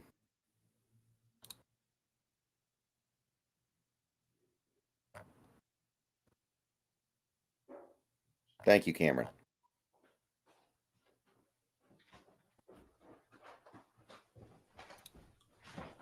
Sorry about that, Brandon. Not a problem. Okay, so Monday Night Football got flexed, playing the Philadelphia Eagles. The Eagles are at their low point right now for the season, I would say. That's a pretty reasonable statement. They've been on fire, then they were getting by the skin of their teeth, and now they're just plain getting blown out. So let's start with our offense against their defense, because that's the side of this game that I think we can get excited about. There's a little something there that could actually go good for us. So what are you seeing with that Eagles defense right now? Well, it's a defense that I do think you can kind of dink and dunk at. If you can commit to playing an on-time offense that's not necessarily trying to take the big chunks down the field, I think that there's some headway to find. You especially are going to have to, I think, lean into that because you want to avoid what I think they probably do best, which is rush the passer and be able to send kind of waves of pass rushers at you, where they're not just a team that's going to have their frontline guys. It's a little bit like San Francisco, where it's, one guy can go like an arm, on the outside, and you can end up with like Chase Young can go out, and now Randy Gregory comes in. They've got a similar kind of situation going there from inside out on what they can do, and that allows them to keep their line really fresh, and it's constantly coming at you throughout the course of the game. Now, on the outside, they're struggling, I think, to defend more in the pass, and that's where you can now kind of get into it a little bit. Slay's on the downside of his career. Newberry or Bradbury's a little bit on the downside. They're two outside corners. They've been trying to get the safety position right with the Kevin Byard trade that they made. So when I look at it, I don't know if you're going to get a lot done with the rushing attack in this game, because that's been a weakness of ours. And it's also, they've got some defenders they can bring down with Fletcher Cox, and Jordan Davis is just their run pluggers down there that hard to get much, especially with our predilection to go into the A and B gap runs, Brendan. It's going to be hard to make much happen in there. But maybe a high volume passing attack on the short stuff, a lot of bubble screens, a lot of just as much as you can kind of pepper that. I think that could be a way to not only control the clock against that tough Eagles offense, but also that seems to be watching some of these other teams and recently how they've done it, just kind of matriculating the ball up the football field. Right. There's definitely something you can do there. We've now seen 2 teams in a row, teams that have elite offenses, but we've seen there is some stuff you can do on this defense. And I'll tell you, we complain endlessly about our Seahawks defense having this talent and not being able to do anything effectively, right? Like every week we come on here, how is this defense so bad with all these players? I think Philly has it worse. That a collection of players they have to be a bottom 5 defense in scoring is, I think, even worse than what we're going through right now. Like you've got that defensive line alone should give you at least a mediocre defense by itself, right? You would think. I mean, it's you can't even point to a thing where you go, well, maybe it's Brandon Graham and Fletcher Cox getting super old and they're not playing well anymore, and it's just their fall offs happened. And then it is a little bit of that with the corner situation with Slay and Newberry. But those guys are playing well. Graham's still well rated. Cox has still played really good and flashing all over the place. So you really can't apply that, being the reason necessarily, in my opinion. They are getting the first play schedule, Brendan, of course, right? Where you're getting a couple extra games that are going to be tougher as you go through. But no, it's been what it's been, which is the defense just hasn't, been particularly good. I'm looking through just some of the offense they played, and it's definitely some pretty good offenses in there too that have been pretty productive as well. But yeah, they're definitely underperforming right now where you think they'd be. Yeah, even like the linebacker position, they got Zach Cunningham. He's been a really good player for a long time in the NFL. They've got Nolan Smith barely plays for them because they're so deep at edge rusher. Just to give you an Yeah. idea of how deep they are. Of course, Jalen Carter, although Jalen Carter's been playing miserably lately. Like the last 2 games, his PFF grade's been like 30 or something. Mm. The Cowboys absolutely Oh mopped the yeah, they got floor him with down him. at 83 now. He was up at 90 there, so Yeah, I think he's for the Cowboys game, his PFF grade was like 28 or something, and he scored a touchdown in that game. I don't yeah. know how that's even possible, but He picked up a fumble. right. He No, did no, great I there. don't know how it's possible to score a No. touchdown in a game and have a PFF grade that low, Oh, there we go. but Yeah. he found a way. And I understand that happens, but he's been really good for most of the season, so that's not something that should be happening. Can I say what They, I a little bit of that is it's that he's got to start playing a little more run defense at times, and they protected him mhm, through a large part of the year with just pass rushing snaps, and that if you looked at his discrepancy, even right now, he's got mm, 328 pass rushing snaps to only 115 run defending snaps. But there was yeah, even greater disparity of that even like a couple weeks ago, in that they were really protecting him from the run defend game. And when he's out there, he's only got a 59.9 run defense grade, so he has been a liability as a run defender when he's out there. Kind of, not a huge one, but at least a slight one. right. And Reed Blankenship's been nice at safety for them, I think. They've got I know they lost Chauncey Gardner Johnson, but I don't see anything on that team that justifies how bad they've been. And really, I think that it goes to Sean Desai more than anything. Like his star was on the rise a year and a half ago to the point where it looked like he was going to be a head coach. I don't even know if he's going to be working in the NFL after this season. Hard to be looking at that job he's doing right now, and he gains a Jalen Carter. You gain a Kevin Byard. What they lose? They lost Hargrave, but I Yeah. don't think that that's something that was like a net negative to them overall versus the team defense they're putting out there this year. And hard for him to have any excuses as to why they're not performing better. It's very surprising. I thought that with all he got to work with and the position, what he done with the Bears, Brennan, when he was DC there, I mean, he had Yeah. nothing to work with, and he got a better performance out of that Bears defense than the performance he's getting out of this Eagles Yeah. defense. Yeah, next year, defensive coordinator at Hofstra or something. That's Yeah. what it kind of feels like. Saginaw State. But yeah, there's definitely something we can do there. We all know that Metcalf owns Darius Slay. Metcalf Mhm. always has big games against Darius Slay, so give him an opportunity to go do it, and there's a good chance that he'll be able to do it. Mhm. Yeah, I like that matchup a lot. I do. I even like over on Lockett on Bradbury because I think Bradbury's not quite the same player he's been. So I even like that kind of fit too. You think we might be able to use the tight ends in this game? Are we going to commit to doing it? Yeah, I mean, it's up to us, but is it up to us or is it up to them? Like, is it the Eagles? Could they do something about it with the way their defense is? um. Yeah. You could. It's hard to say because we don't do it from a commitment angle. Is there holes there to be had? Yeah, it depends a little on the linebackers. N'Kobe Dean's not great in coverage. They did just sign Shaquille Leonard, so he might be the other linebacker now rolling there next to him. But Leonard hasn't played particularly well this year either overall. That's why he got cut from the Colts in the first place. So yeah, you're going to be able to isolate potentially their linebacker safeties, and you could get some headway. But that's more about the commitment than it is can your guys beat them? Yeah, Fant, Disley. Even Parkinson, I think, can beat these guys in running routes, but you do have to commit to then featuring them in the middle of the football field past 4 or 5 targets a game cumulatively. What about JSN? Like, who do they have defending the slot these days in Philadelphia? It's not Maddox anymore. He's hurt. Yeah, I'm not sure who they actually had slid in there. They've got Bradbury. They've got Sidney Brown, the kid I loved out of Illinois, but he's been pretty quiet this year. So I think he slides in there a little bit in that spot of things. So it's kind of like Bradbury. I think Bradley Roby gets a little bit of snaps in there as well, if I'm not Oh mistaken. wow, that guy's been washed up for a while now. Yeah, he has been. I'm double checking his snaps that I'm not speaking on my behind on this one because I don't want to be wrong on that. Because PFF will tell you his slot. Yeah, he's got it's 213 snaps out of the slot, which you want to talk about a place that that's a spot to definitely go at. Because like you said, he's been washed up for a while. So JSN can certainly go after him if he's going to be the guy in the slot there all day long. Yeah. Yeah. I know that JSN's a rookie, and I know he kind of got behind the eight ball because he had that injury in the preseason. But I still feel like in the modern NFL, if you have a good slot receiver, there should be some game at some point during the season where he just goes off for like 11 catches, 150 yards, 2 touchdowns. We haven't seen anything close to that with JSN yet. I'm still waiting for it.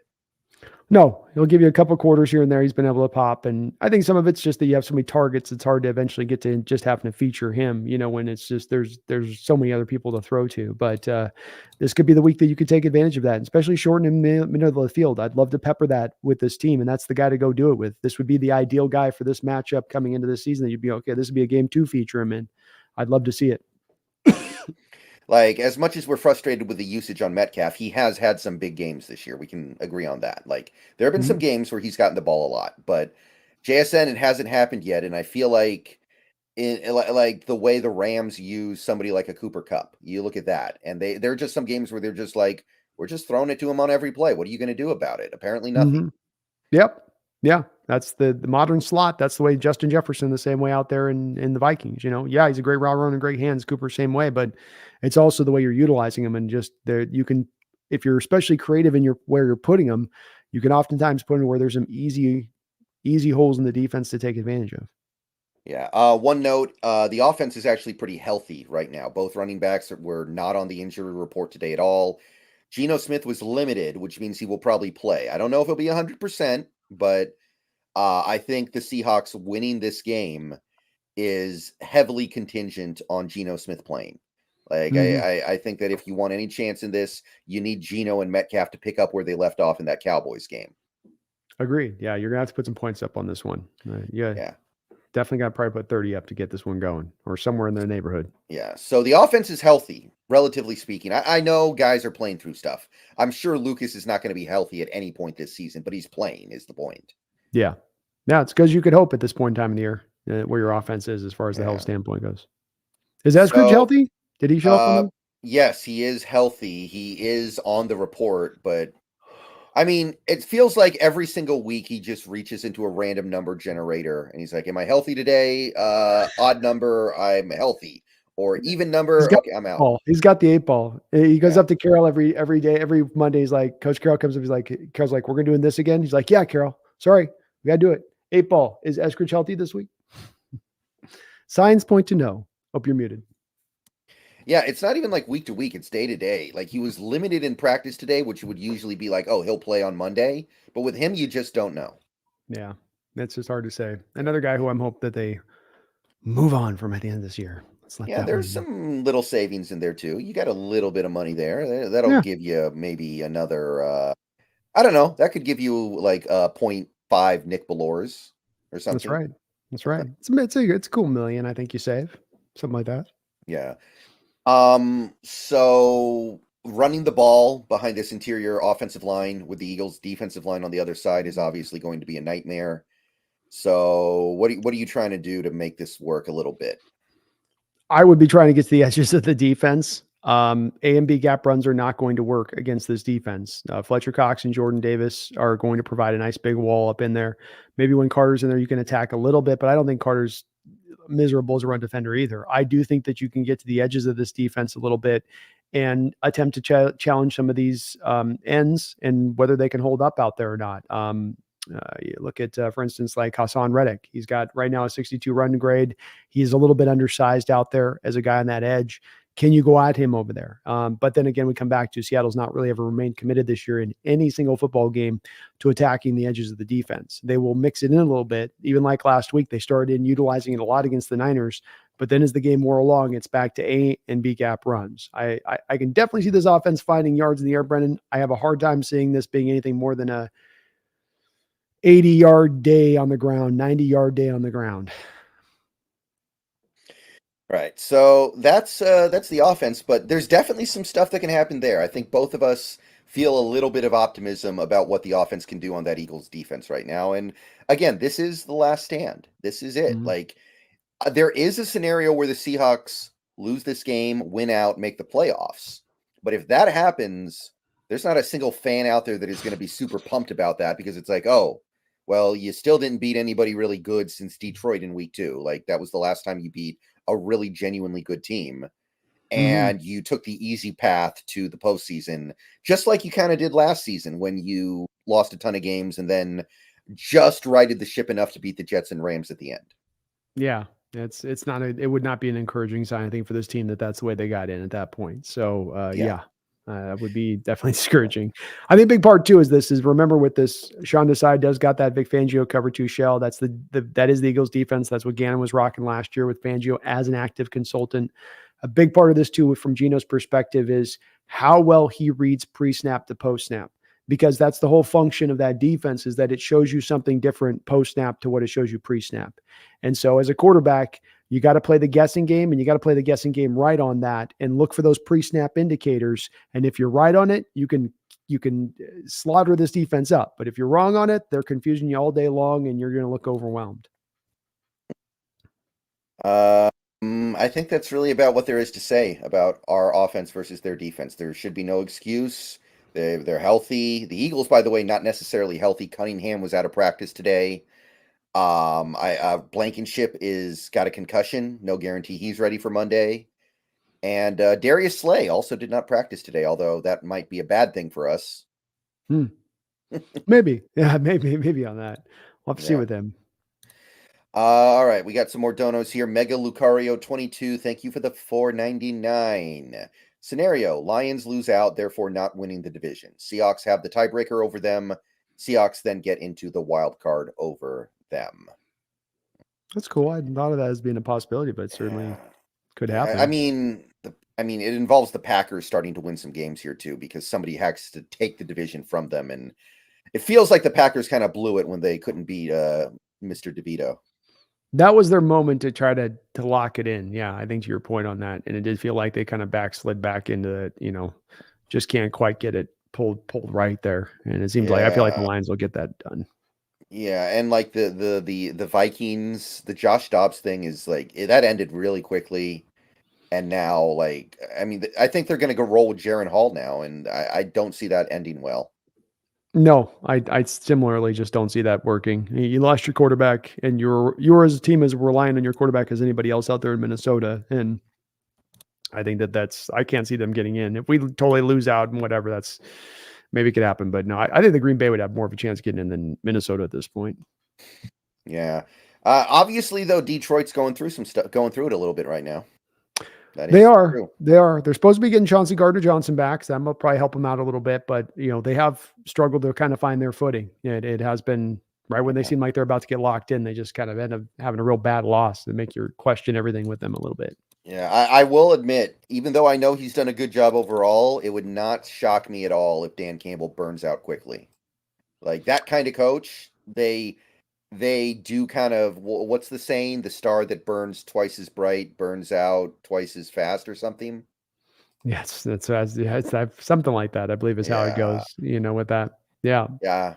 I don't know. It reminds me of Singletary, and Singletary made great audio clips. He had great sound clips, but he was not a good coach because it was too much, I think. It was. It's and it's I think also a little bit of an example, Brendan, of those hard-nosed coaches are just they had a time and an age, where they could really have their message resonate, and it was kind of like a standard that you had to be a bit like that, like late 80s or mid 80s, early 80s, but 70s even. But now I think it's a bit of a different coaching breed. There's a little bit more of an even keel nature to things that makes it harder for those guys to, be like that. I'm looking at their schedule though.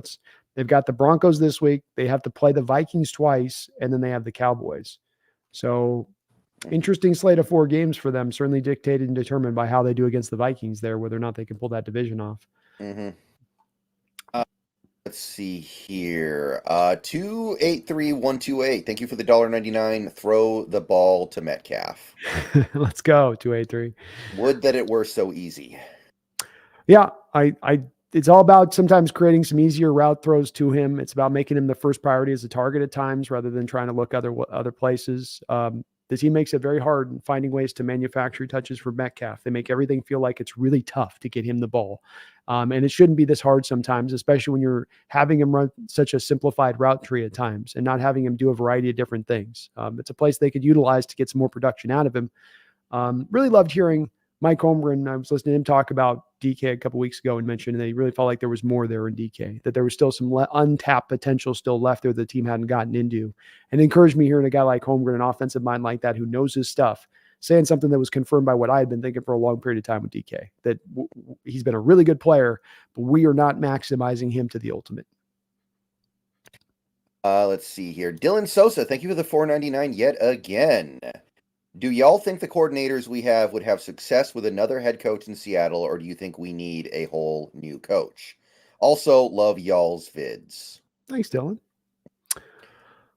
Yeah, you answer this one first. I'll give it a second roll. I think that the worst thing you can do is bring in a head coach and then tell him he needs to take pieces from the previous regime. Like if he wants to, then great. But what I would really caution against is going, oh, we're going to bring in a new head coach, but we're not going to let him actually do the things he wants to do. This is what Jerry Jones does every time he hires a head coach, and it never works out well. He hires Bill Parcells and tells Parcells, you're going to get to control everything. Oh, except you have to take Mike Zimmer as your defensive coordinator. Zimmer was a 4-3 guy. Parcells was a 4-3-4 guy. Parcells said, I don't want Zimmer. And Jerry Jones said, well, too bad. You're going to take him. I don't care. Make it work. And that ended in disaster. Wade Phillips, we're going to bring you on. You're the new head coach, but you have to take Jason Garrett as your offensive coordinator. Do you want him? No? Well, too bad. Deal with it. Mike McCarthy, we're going to bring you on, but you got to take Kellen Moore as your offensive coordinator. You don't like it? Well, too bad. Yeah, it's your offensive coordinator. Deal with it. So that's what I want to avoid. Yeah, I don't think I have a whole lot extra to add onto that, Dylan, from Brennan's perspective on this, being that it's very unusual to ask coaches to do that. And in our situation, we're not going to be offering any coach personnel control. They're only going to be a coach. So you don't want to remove more control from them or more ability. You let them build their staff. It's a very important thing for a coach to be able to do. I will say, too, when it comes to these OCs, there's been nothing about the way that these OCs have performed under Carroll so far that should, even if we were considering this, to make them be something that we'd say, we want to hold on to this. We don't want to let this get out the door. You know, in Clint Hurt's case, I think he got the job as much as anything because he was internally here for so long and that he was going to be a yes man like Carroll wanted. He was going to fit to what Carroll wanted him to do, and not necessarily that he was the best possible candidate that we could hire. So I think you got to go all new staff. I will say just one extra vein. It's not about this thing too. There's a lot of like Dan Quinn talk at this point coming up. I want a new coach here. Okay. Like the retread thing, we've gotten into this retread mode with the Seahawks recently, Brendan, from coaches got to be retreads. And then any player that's ever played in Seattle has to come back to Seattle and play back in Seattle. I want some new here. Let's get this turned over new. Let's not go back to the same old answers. Let's look for some new answers outside. Being different, something different than that's been in house here all the way around, in my opinion. Turn it over, you know? Yeah, there is some Dan Quinn talk, and I mean, I wouldn't hate it, but we can definitely do better. There's no doubt in my mind that we can do better. I made a video earlier today talking about how many assistant coaches have ascended to head coach in the last 4 years that have had at least some degree of success that had no head coaching experience before. This is not the 80s. In the 80s, those guys never seemed to work out. In the 90s, they never worked out. Now they work out. Yeah. And I think, like you said, I wouldn't hate Dan Quinn. I just think it would be an unimaginative move. That's what it is. It's not you considering all possibilities. It's you going with kind of the safe sort of milquetoast choice. And that's, to me, not going to bring you back Super Bowls. You go with Super Bowls by being aggressive and going big. And big is either going for that candidate that's like a Harbaugh type or going for the Sean McVay wonder kid that's out there, that the Michael McDaniels wonder kid type that's out there. One of those two. The other thing I really don't like, Brendan, really, really don't like, because you're looking at this data and it's telling a very clear case to you as to how hard it is right now for defensive coordinators to find success in the NFL. I can go down the line here. New York Jets, 5-8. Patriots, 3-10. Steelers, 7-6. Tennessee Titans, 5-8. We got Chargers, 5-9. Let's see here. Commanders. Yeah, they're not going to have that defensive head coach much longer, though. I'll tell you. No, what. they aren't. He's going to be fired out. But then Commanders 4-9, Bears 5-8, Saints 6-7. You go down the line. I mean, even I know Mike Gannon can't do anything with that Arizona Cardinals team, but they're 3-10. You look up top of the division winners, and those are winning. Is there a couple division that have some defensive-minded head coaches technically at the top? Sure. But by and large, teams 1 and 2 in every single division in the National Football League are driven by offensive-minded coaches. So why in the name of ever-loving God would you want to choose this hard? It's like you have two roads here, Brendan, right? I got a road that's paved, that's got a 75-mile-an-hour speed limit sign, 4 lanes of a highway, or I can take the single off-road that's got nothing but boulders all over through the pathway. Both of them can maybe get you to the destination. Which one do you want to take? Do I want to take the one that's going to take me through the haunted forest and through the bad lands and the uneven ground, and it's going to drop my transmission out halfway through? Or do I go with the one that's got the 4-lane highway and there's no cops on the freeway and you go basically as fast as you want? I'll take the easier approach myself. Football's hard enough as it is to be successful in winning without trying to go the harder way to go at it. And I think that it's pretty succinct what the data is telling you about, going for head coaches that are defensive-minded head coaches. Daniel Bailey, thank you for the $4.99. Let's keep in mind that we've let the Rams derail our season. We've lost the games we thought we would, plus the Rams. I think the solution is blitz more and man. Yeah, I mean, yes, it's obviously true that the Rams have derailed our season. I don't think that's an excuse. It's an explanation. It is. But I don't think it's a valid excuse. I don't think we just throw our hands up and go like, oh, well, Rams derailed our season. Nothing we can do about it. Like, that's the part that I get from some people that I don't understand.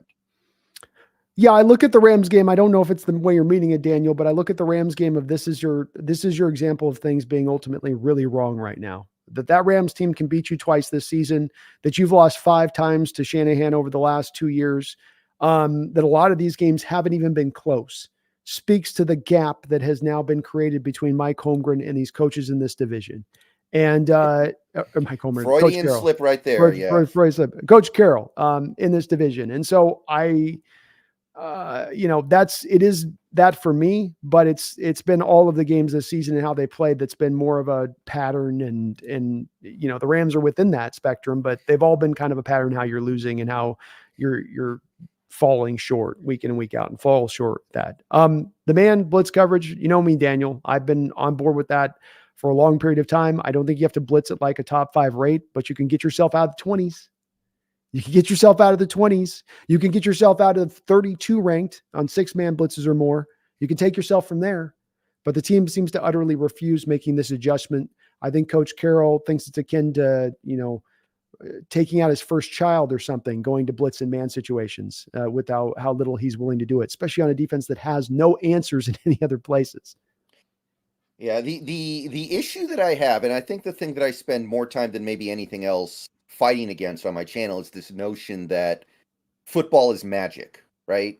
Like the Los Angeles Rams do not always beat us because they have some magic scepter in their facility that they wave right before they play the Seahawks every year. And like, oh, okay, it's over. We're going to win. We have the magic spell that always beats the Seahawks. Like there's nothing magical happening here that is letting the Rams beat us that we can't do anything about. No, if you actually started playing the right way against them, if you started doing things differently, if you got in different times of players, if you started doubling Aaron Donald, if you started playing more aggressively, if you did things the right way, you would win. There's no magic spell that the Rams have that makes them always beat us. That's kind of the mentality that I try to push back on really hard on my channel. Yeah, I would agree with that. I mean, and there's tangible reasons we can go to why you fall short on that. Why there's a story behind everything involved. Nothing in football is ever simple, and I think that's what happens too within this. Just to kind of put that in tandem with what you're talking about, There's a drive at times to find the simple, the easy reason, the easy excuse. Why is this happening? Because of this. Not because of A, B, C, D, E, and F, but just because of this. Like you say, the magical wand that's being waved. And it's not. It's these individual things. It's like I was asked on a members only stream I was doing today, Brendan, about why Carroll had his success against Shanahan early on, but has lost his success now. And it's like, well, it's multiple reasons. It's Shanahan coming in with Jim Masula with his chest, more worried about his chest hair than having a good roster put together for him. He had a cupboard bare that he had to come into, and Carroll got to take advantage of that cupboard bare for a couple of years. And then there was the few years of having Garoppolo where you had no mobile quarterback, but who could kind of execute the offense, and the defense was kind of coming along while Shanahan continued to evolve and adapt and modernize. And then you now reach to this point where their whole team's a juggernaut. Shanahan continues to be at the forefront of pushing the scheme forward in this sport.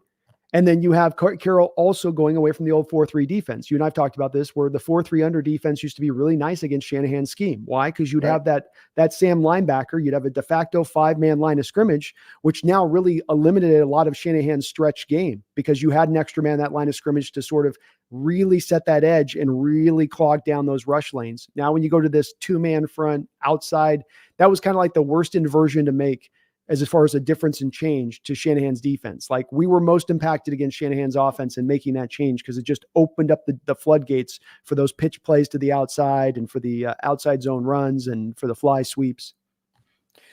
Yeah. The 49ers thing is another great example. Like, we talk about this Niners thing. Why don't we beat the Niners? And some people say, oh, well, it was because Russell Wilson always beat the Niners. So Russell Wilson would beat it's like, this is like how a 5-year-old thinks. Yeah. No, Russell Wilson doesn't have the magic spell that lets him beat the Niners every time.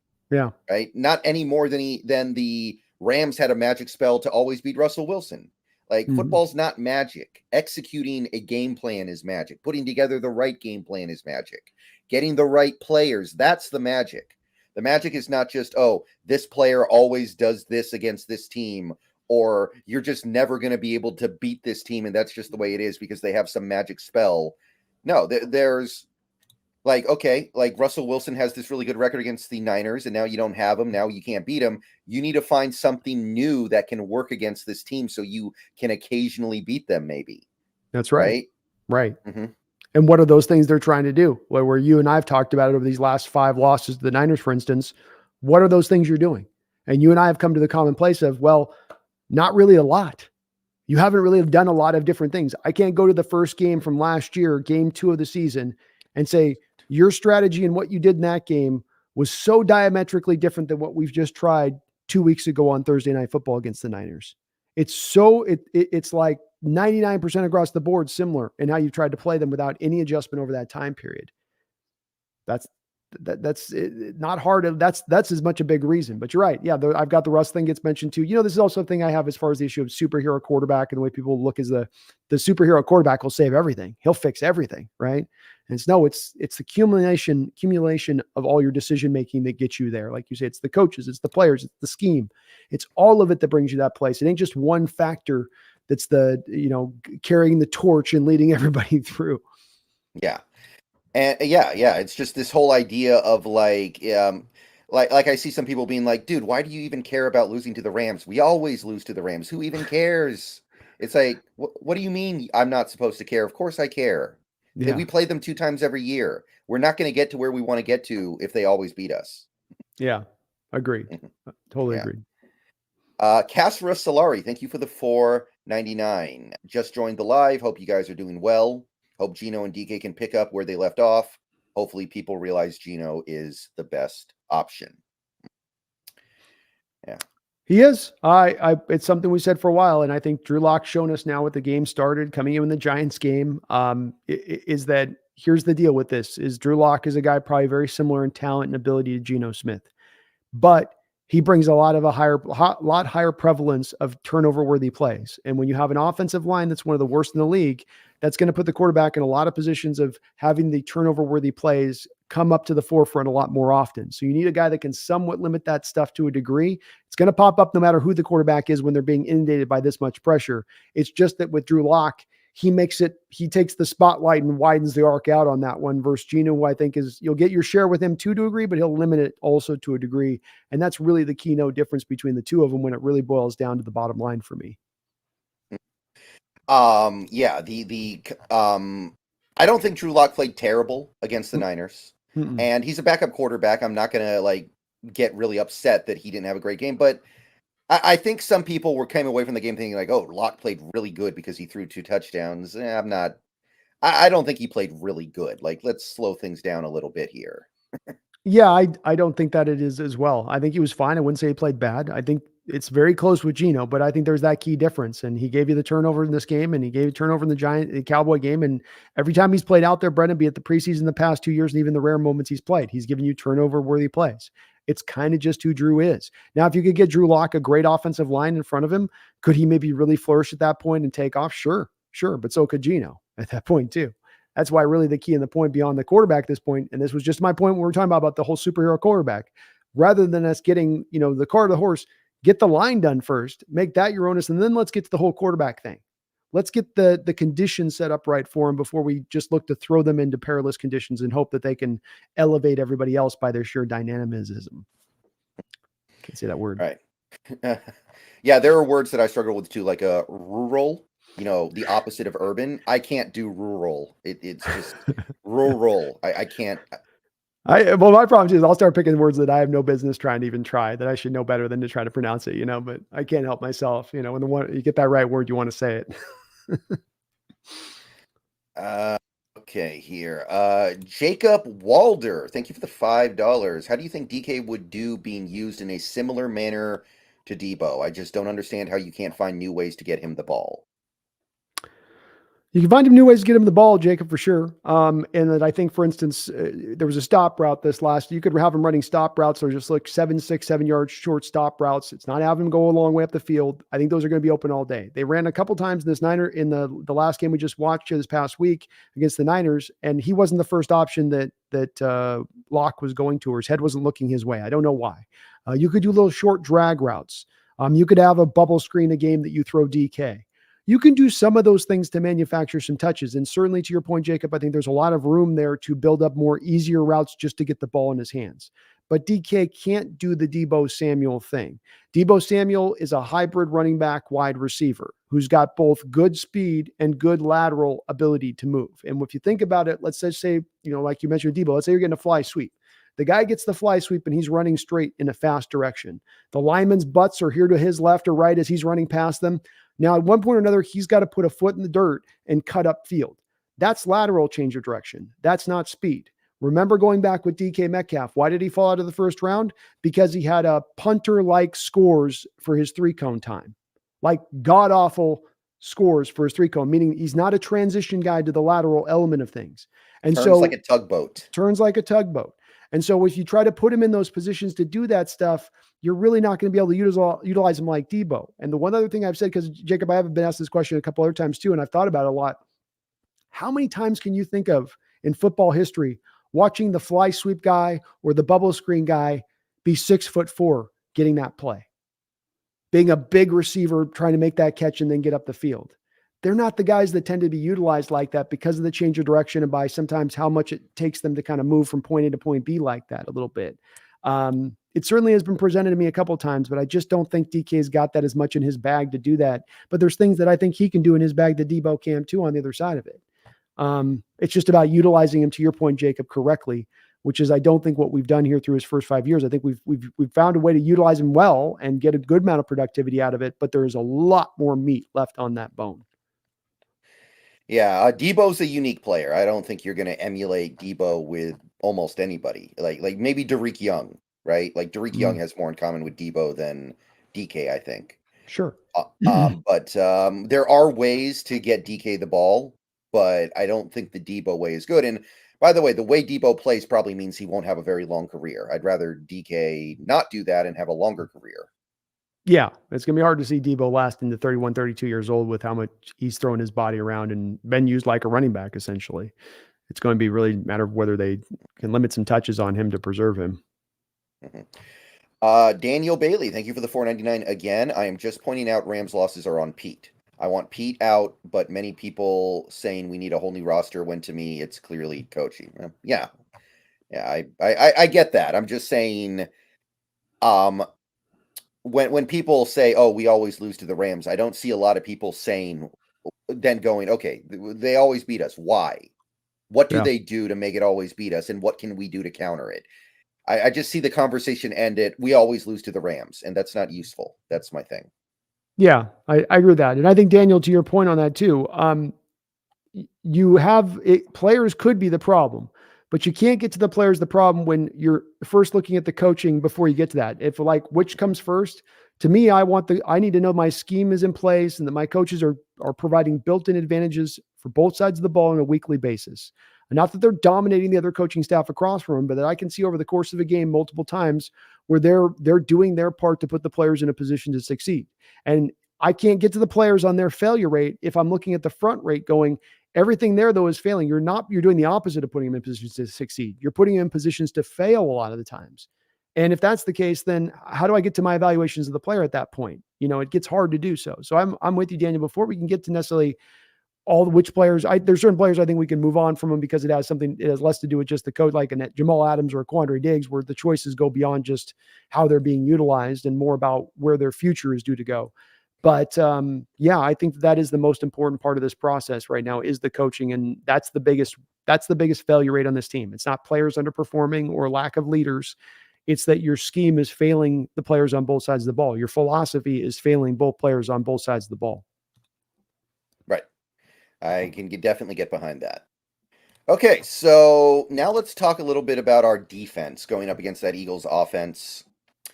I would say that this is where things start to break down because it is so hard to imagine this defense stopping anybody right now with the way they're playing, right?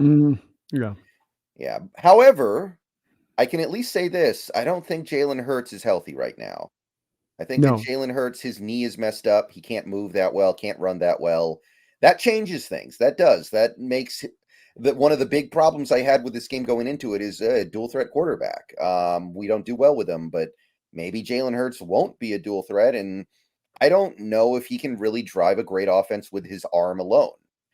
So let's talk about that a little bit here. Yeah, I think that's definitely a place where maybe you can have, because I think Jalen's a guy that does rely on his legs to be a part of his game, where he can kind of always at any point in time call upon that scramble if he needs to get him some yards if things look a little bit dicey on the back end and not clear to him in his decision making. So you are removing a important part. He does not have the arm talent to just sit back there and let it rip. He's not even a guy to me like a Brock Purdy in his ability to be as accurate and throw as like necessarily a catchable ball and just be on it with his processing and decision making. He is a guy that's going to kind of now when he's healthy and he's rolling, he's a problem because the mobility part can't be undersold. He's like a running back there, and he's so hard to bring down because he's so strong with those legs. That impacts it. But they have a variety of different ways they can attack you. Last week, for instance, with the Eagles, a lot of it was having some drop passes, guys dropping bad balls at bad times. And just, it was a week of everybody had kind of the dropsies out there. I don't think that that's going to be something that's going to replicate again in this game. So, this is probably one where their offense is going to be able to move on you, even with Hurts's inefficiencies. They run the ball pretty well overall, especially when Swift is healthy and running through there. I don't think Rashad Penny's done a lot for them as a backup, and so he they doesn't play, does he? He doesn't. No, he doesn't. Basically, doesn't play. They go with the other kid that they have there.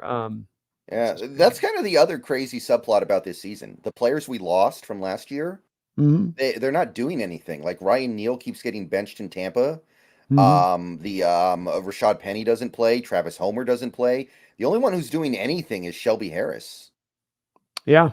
No, it certainly is. It tends to be the case with guys when we do move off from in history here that they don't tend to go on and necessarily light it up in the next places they go. Most does tend to be that we do, for the most part, maximize the guys out that we have when they're here for whatever they have to bring, it seems like. But I think that they're going to mix it up, run and pass. I think that we're going to have a hard time with both. As we saw in the Niner game, we don't really stop either. And we don't generate a lot of pass rush against an offensive line that's really pretty good. They've got kind of an interesting setup here where they will go they got a 3 center interior offensive line. So they go with Kelsey as your center. Then you've got Landon Dickerson as your left guard, and then you got Cam Jurgens as your right guard. So 3 centers out there, and then you have Johnson, Matelia, your really good bookends that they have. So they got a great line. I don't know how we generate much pass rush in this game, absent really trying to dial up some of the blitzes and maybe then trying to test Hurts in those legs to move move away from the blitz, move away from the pressure. But I think they're going to find their share of yards and whatnot in this game all the way around. I think they'll definitely be able to, kind of pick us apart a bit. Yeah, that's the hard part. This Philly offensive line, although I should say that Jurgens did not practice today, so we'll monitor that as the week goes on. That would change things a little bit. Yeah, that would help. That would certainly help. Right. So, I mean, this one's kind of tough because you have this idea in your head of how the Eagles play offense, but if Jalen Hurts can't move and he can't use his legs, then that really does change things.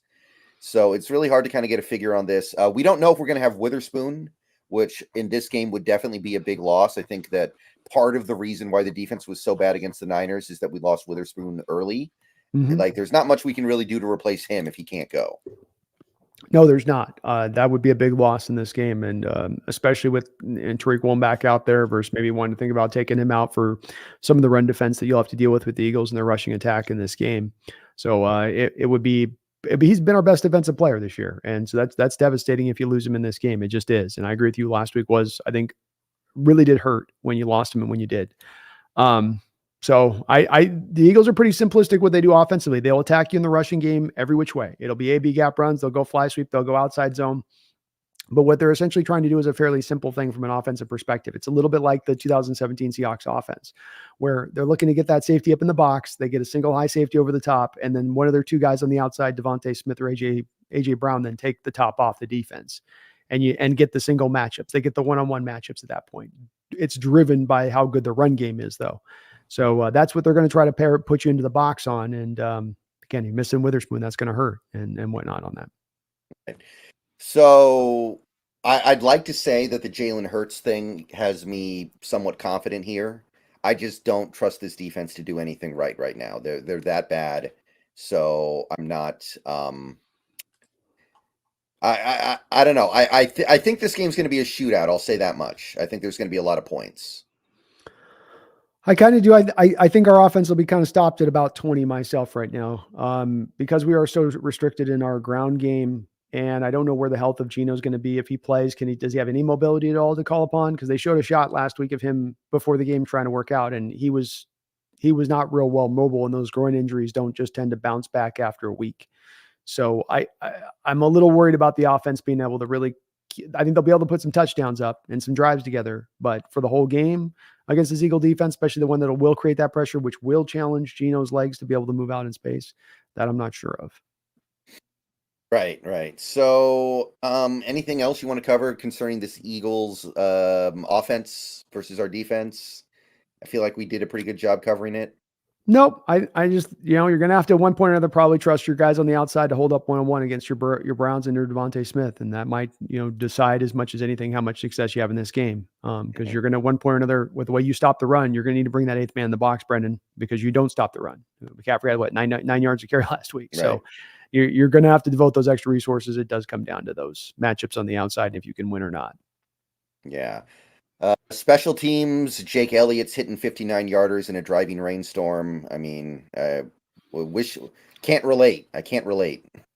No, that's well, and the reason I do hope we get Eskridge back to kind of beef up a little bit of the kick return game. We could definitely stand to have our special teams bring a little bit more too to the table. Mm-hmm. Yeah. I think they have a good punter. I can't remember his name off the top of my head, though. I mean, special teams. I don't think this game's going to come down to special teams, really, but their special teams seem like they're pretty good. I think that's about all there is to say about this game. Yeah, they've got a 50-yard punt average guy in man. He's pretty good on that. Right from the punting game, to your point on that, 23 of 25 field goal. Boy, isn't that nice to have a kicker hitting 23 of 25 for 92%. Ours is at like one of them 59-yarder into the driving rainstorm. Ours is he's at 7 of 8 on 50-yard attempts this year, Brendan. Their field goal kicker is. Yeah. So he's Can't getting relate. it done. Cannot relate to that at all. I guess we did mention they've gotten back into the fold to Dallas Goedert. So they do have a good tight end, which has been an issue for us this year. A guy that can, he's not going to beat you up like, let's say, a Kittle or an Andrews will, but he can be a nice intermediate option there, security blanket guy there for Jalen Hurts. Mm-hmm. Okay, Taker 610. Thank you for the $2. Brandon Staley has to be fired after tonight. You would think so. Yeah. I mean, it's whether it's tonight or whether Taker it happens by the end of the season. There's no doubt that Staley's not keeping this job. He's already was on borrowed time this year, and it's looking even worse where it's trending to. So that's got to push this into a place where, yeah, they're going to clip him at this point, I would say. Yeah, I mean, at this point, just keep him around so you can lose out for the pick, right? Like you're basically eliminated from the playoffs. Just tank. Might as well. You go out. You get they go get Olu. Man, put Olu out there with that left. They got the other left Rashawn Slater, and then you got Zion on the end and Corey Linsley. Just build up a super offensive line there for Herbert. I know the defense has got to get fixed, but some of it's their scheme. Just he's got that scheme he's married to from Fangio, and he's never got the personnel in there to run it.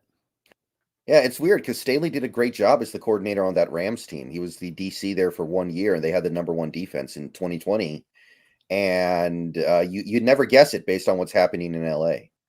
I just felt like he needed the kind of that exact personnel kind of styling to make his thing work. And, Bose is in and out of that lineup. Mac kind of seems like he gives you a little bit of inconsistency. They've never had anybody dominant from the interior there since he's been there. The back end is just kind of absent Derwin James. Okay. You've never really, linebackers have been kind of a nothing burger there for them. He's just not had the, personnel matters, talent matters. And it was just a stupid choice to hire him in the first place with having Herbert already there.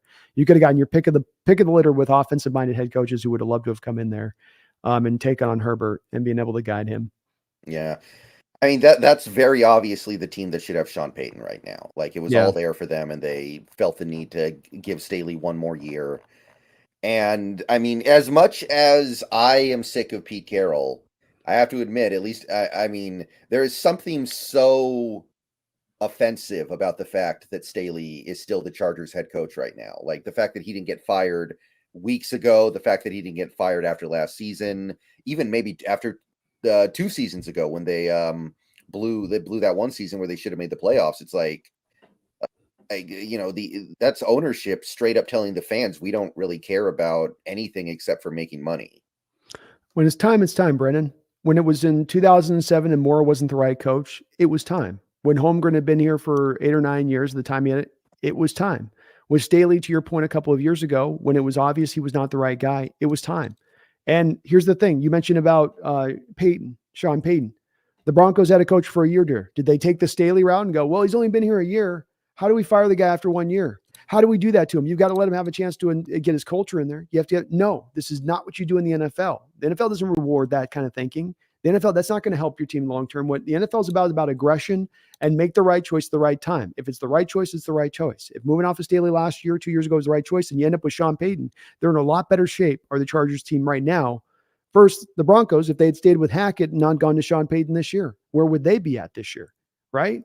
If it's not the right, and this does apply to Carroll too. If it's not the right one, it's not the right one. It does seem to me, Brendan, that you get a feel for it. I call it a gut instinct, but as a fan, you can kind of get a general feel. Okay, we've reached the point where it's time. It feels like we've hit that end of the road point. This isn't working. It's just a feeling of it's not working. And like I asked you about this at the top, I asked you, you can provide an example. I couldn't think of one either. I cannot think of one example in the last 20 years of a coach who's lost a locker room, whose message is no longer landing, who magically turns that around in 180 degrees and finds himself now with the locker room completely buying in all of a sudden. I have not seen that happen. I don't know if in my entire fandom life have I seen that occur.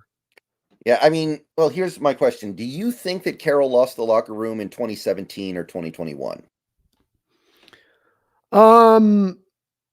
I think to a small part, he's lost the locker room since that 2017 time period. I think that it's just at its maximum exposure right now. It's at the worst it's ever been right now, but it's always been in a varying state of disrepair. That's why Sherman said he felt like the team lost their way back those years ago. It's like, this isn't the same thing it once was. Lack of accountability, for instance, at the forefront of that, right? Part of what Sherman said, what are we talking about right now? Lack of accountability, the same old story popping up. So I think it's been there along the lines. I think that people were a lot more bought in before in 17 and 18, 19 they are. It's really extreme right now. Like it's as extreme as we've ever seen it. But this was always a bit of, I think, the issue at play here. Mm-hmm. Dark Joke 99. Thank you for the $1.99. I really want to see K9 and Zach have a big game. I mean, that would be nice. It'd be great when those two guys have both been able to go off in the rare moments that they have this year, not both going off for 150 and another guy going for 70, but they both have been able to just on the carries that they're providing, give you that 4.5, 5 yard average. Those have been the games that you've done really well offensively. So certainly it could be a harbinger for success if we can get those guys going, and good to hear that they're both ready to roll because we are going to need them, Dark, this week. Mm-hmm. All right, so now we just need a final score. We need a prediction, and I think that'll take us home. So how are you feeling? What are you thinking? I'm going to go, I'll go 27-20 Eagles. Okay, well, I'll tell you, I really, really want to pick the upset here. I really, really want to go for it. I'm getting some of the signs. I'm getting some of the signals. I'm feeling it a little bit here. I am like the Hurts injury, the Eagles playing really bad the last two games. Their defense is worse than our defense. Like there's some stuff going on here, but KJ Wright just went into the bathroom of the Seattle Seahawks, was in there for 10 minutes, and he came out with a look on his face that told you that you don't want to go in there right now. Yeah. So when he does that, I'm like, okay, that's a signal that's got to override everything else that I'm seeing. Like he just basically straight up said they don't care about this coach. They're not playing for each other. They're tuning him out. Like that's got to override everything else, right? It does to me. I mean, that lands with as much of a heavy impact as anything that we've heard from any soundbite this season. And I don't think that KJ, as Carroll was trying to muck it, KJ's being honest, he's tapped in. Bobby Wagner's in that locker room, no doubt talking to KJ Wright. KJ's not inventing this off the top of his head. And this team is in a state of disarray right now.